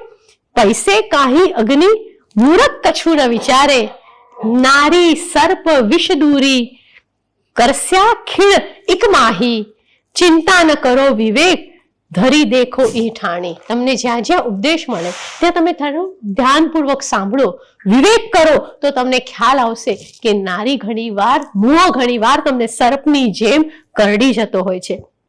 વિદ્યાધર, પછી ઓલો વિદ્યાધર આવે છે, વિદ્યાધર જલમંત્રી છાંટી નિર્વેશ નારી. વિદ્યાધર મંત્ર ઉપર ઓલું પાણી નાખે છે અને નારીને જીવંત કરે છે. પહેલા સમજાવે છે કે નારી વિષ સમાન છે, નારી મોહ છે, તું નહીં પડ, કારણ કે એને ખબર છે કે આ સ્ત્રી એને મારવાની છે, આ સ્ત્રી નથી સારી. પણ પછી એને જગાડે છે કે ચાલ ભાઈ આના માટે જગાડું. ઉઠી ગયા તત્કાલ દેખે ચિત્તા સવારી, અને જોઈ હું તો ચિત્તા ઉપર છું. તો કે ભાઈ મને ચિત્તા ઉપર કેમ સુવડાવી છે? તો કે તું મરી ગઈ હતી. તો એ કે કુમાર સહી સહુ વાત. પછી કુમાર એને આખી વાત કરે છે. હરખિત વદન હિયારે, એનું વદન હરખી ઉઠે છે. વિદ્યાધર ઉપકાર કરી આકાશ ગયા રે. વિદ્યાધર હવે આ ઉપકાર કરીને, તો શબ્દ શું આપણે? ઉપકાર, ઉપકાર કરીને આકાશે ચાલ્યા જાય છે. તો આવી અલગ અલગ આખી ભાષાની મજા આપણને અગડદ ત્રાસમાંથી જોવા મળે છે. આની જુદી જુદી તુલનાત્મક વાતો છે. આ તુલનાત્મક વાતોમાં પણ રસ પડે એવો છે કે એક જગ્યાએ એક સર્જકને એમ થયું કે વિદ્યાધર અચાનક કેમ આવ્યા? તો વિદ્યાધરને અચાનક આવવા માટે એક સર્જકે જરાક જુદી કથા મૂકી, કારણ કે આમ જુઓ તો વિદ્યાધર અચાનક આવ્યા ને, તો વિદ્યાધર અને એની પત્ની હતા. વિદ્યાધર માત્ર એકલો નહોતો, વિદ્યાધર અને એની પત્ની હતા, અને એની પત્ની એને વિદ્યાધરને દગો આપતી હતી. તો એને નક્કી કર્યું કે આજે આને આપણે પૂરી કરી નાખીએ, કારણ કે આ મને દગો આપે છે. તો દગો આપવા માટે એને શું કર્યું? પૂરી કરી નાખવા માટે કે એના માટે એક પુષ્પગુચ્છ લીધો હતો અને એમાં સાપ રાખ્યો હતો, અને વિદ્યાધર એને એ પુષ્પગુચ્છ આપે છે. જેવો પુષ્પગુચ્છ આપે છે ત્યારે ઓલી લેડીને ખબર, બેનને ખબર પડી જાય છે એની પત્નીને, ઓ આમાં સાપ છે, સાપ છે. એટલે ફટ કરીને નીચે ફેંકે છે. નીચે ફેંકે છે એટલે એ સાપ ત્યારે મદન મંજરી પાસે જાય છે, અને એ સાપ મદન મંજરીને કરડે છે, અને એટલે મદન મંજરી મૃત્યુ પામે છે. એટલે વિદ્યાધરને એમ થાય છે કે મારે કારણે આ મદન મંજરી મૃત્યુ પામી, એટલે એને જીવાડે છે. તો કેટલાક સર્જકોએ આ રીતે પણ કથા ભેદ કર્યો છે, કારણ કે મૂળ જે કથા છે અગડદત્તની, એ કથામાં એક પ્રવાહ છે, પણ એ પ્રથામાં સમયાંતરે થોડા નાના મોટા આવા ફરક આવે. કોઈક 4 ચોર દેખાડે, કોઈક 5 ચોર દેખાડે, કોઈક 4 કષાયના સંદર્ભમાં દેખાડે, કોઈક 5 મહાવ્રતના સંદર્ભમાં દેખાડે. પણ મૂળભૂત જે આખી બાની છે, એ મૂળભૂત બાની તો જૈન શાસનના જે મૂળ આચારો છે, જૈન શાસનના જે મૂળ વિચાર છે, એની જરા પણ છોડતી નથી. પણ થોડીક વાર માટે એ જૈન શબ્દને બાજુ પર મૂકી દઈએ તો મને એમ થાય કે રાગ દ્વેષને છોડવા તો કોઈ પણ માનવ ધર્મની વાત છે, એ કોઈ પણ જગ્યાની વાત છે. કોઈને દગો ન આપવો એ કોઈ પણ જગ્યાની વાત છે, કોઈ પણ સહજ સરળ આચારવાળા જીવનની વાત છે. અને એમ કરતા કરતા કથા સાથે આપણે જોડાતા જઈએ છીએ અને જુદી જુદી વાત કરતા જઈએ છીએ. પરસ્ત્રી ગમનને આવા બધા ઘણા બધા ઉદાહરણો નાના મોટા મળે છે, ભાષાના ઉદાહરણો મળે છે. પરંતુ જૂની ગુજરાતીની આવી અલગ અલગ કથાઓ સર્જકોને આકર્ષતી હોય છે. એક સાહિત્યમાં આવી કોઈક એક અપાંતર રૂપે કથા મળે અને એના પછી સર્જકો એક સ્વતંત્ર કથા લખે. પ્રાકૃત અને સંસ્કૃતમાં એ કોઈ ચૂર્ણીના કે નિર્યુક્તિના વિવરણના ભાગરૂપે છે, અને પછી જૂની ગુજરાતીમાં બાકીના 11 સર્જકોએ એક આખી સ્વતંત્ર ચોપાઈ અને રાસના ફોર્મમાં લખી છે. ચોપાઈ એટલે તમને ખબર છે ને, 4 પદ હોય, 15 અથવા 16 માત્રામાં હોય, અને આ 15 કે 16 માત્રામાં 4 પંક્તિઓ આવે. તો અહીંયા કેવી રીતે કહ્યું છે, 2 પંક્તિને સાથે લીધી છે, તો એ માત્રામાં આવે, અને માત્રામાં એ છંદમાં જ હોય પાછી, એટલે ગાવાની હોય. રાસમાં કેવું હોય કે આપણે નાચતા ને ગાતા કરી શકીએ. તો જ્યાં વર્ણન આવે, વસંતનું વર્ણન આવે કે પછી લગ્નનું વર્ણન આવે, તો એકચ્યુઅલી જે લોકો ભાષા જાણતા હોય ને, એ લોકો એને આખું ગરબાના ફોર્મમાં અથવા તમે નૃત્યના ફોર્મમાં પણ મૂકી શકતા હો છો. તો આવી એક સંગીતનો ખ્યાલ, આવા એક આખા છંદનો ખ્યાલ, ભાષાનો ખ્યાલ, કઈ વસ્તુ લોકોને આકર્ષે એ લોકોની સાયકોલોજીનો ખ્યાલ આ પ્રકારની કથાઓમાં આપણને જોવા મળતો હોય છે. એટલે જૈન કથાઓ હું ઘણી બધી વાર એમ કહું કે આપણે આપણી જાતને જો ચોખ્ખી જોવી હોય ને તો જૈન કથાઓ વાંચવી. કારણ કે આ ચરિત્રો માત્ર અધ્યાત્મ નથી શીખવાડતા, આ ચરિત્રો શીખવાડે છે કે માણસ કેટલો સર્પ બની શકે છે અને કેટલો સીડી સમયે ઉપર જનારો ઉત્તમ મનુષ્ય બની શકે છે. મનુષ્ય ભાવમાં જ આપણી પાસે શક્યતા છે, કારણ કે એક માણસ જ અધમમાં અધમ અને ઉત્તમમાં ઉત્તમ બની શકે. પશુ પંખીની અમુક મર્યાદા છે, પણ માણસની એવી મર્યાદા નથી. તો આ ક્ષમતાનો આખો મારો જીવન શું છે? ક્ષમતાનું જીવન છે. હું મારી ક્ષમતા, હું મારા પુરુષાર્થને જમણી બાજુ લઈ જાઓ, ડાબી બાજુએ લઈ જાઓ, ઉપર નહીં લઈ જાઓ કે નીચે લઈ જાઓ, એ મારા હાથમાં છે. But at that time continuous જાતને જાણો, પ્રમાદ ન કર, એવી આ વાત આપણને અગડદ ત્રાસમાંથી મળી. આ મંચ ઉપર આવી જુદી વાત કરવાનો મનીષભાઈ એક બહુ સરસ મોકો આપ્યો. તો આવા એક મંચ ઉપર આ સરસ વાત આપની સાથે આટલા રસપ્રદ રીતે કરી શકાય છે એનો આનંદ છે. પરમ પૂજ્ય આચાર્ય શ્રી વિજય શીલચંદ્ર સરજી મહારાજ સાહેબને આપણે યાદ કરીએ. એમના આ એક બહુ સરસ મજાના જે એમનું પ્રેરણા છે એના માટે એમનો આભાર અને વંદન કરું છું. ખાસ કરીને આભાર માનીશ તો ઓમ કોમ્યુનિકેશનના મનીષભાઈનો. સેજલબેનના વક્તવ્યથી આપણને કઈ વિશેષ પ્રાપ્તિ થઈ હોય તો ખૂબ તાળીથી એમનું સન્માન કરીએ. સેજલબેન, આપને વંદન, આપનો આભાર. આપ સૌ સમય ખર્ચીને આવ્યા છો એ માટે આપનો આભાર. આ કાર્યક્રમની નોંધ જે કે ગુજરાતી અંગ્રેજી અખબારો લીધી છે, તમામ અખબારોના તંત્રશ્રી, રિપોર્ટરશ્રી, ફોટોગ્રાફરશ્રીનો આભાર. એક સમૂહ તસવીર લીધા બાદ કાર્યક્રમ પૂર્ણ જાહેર થશે.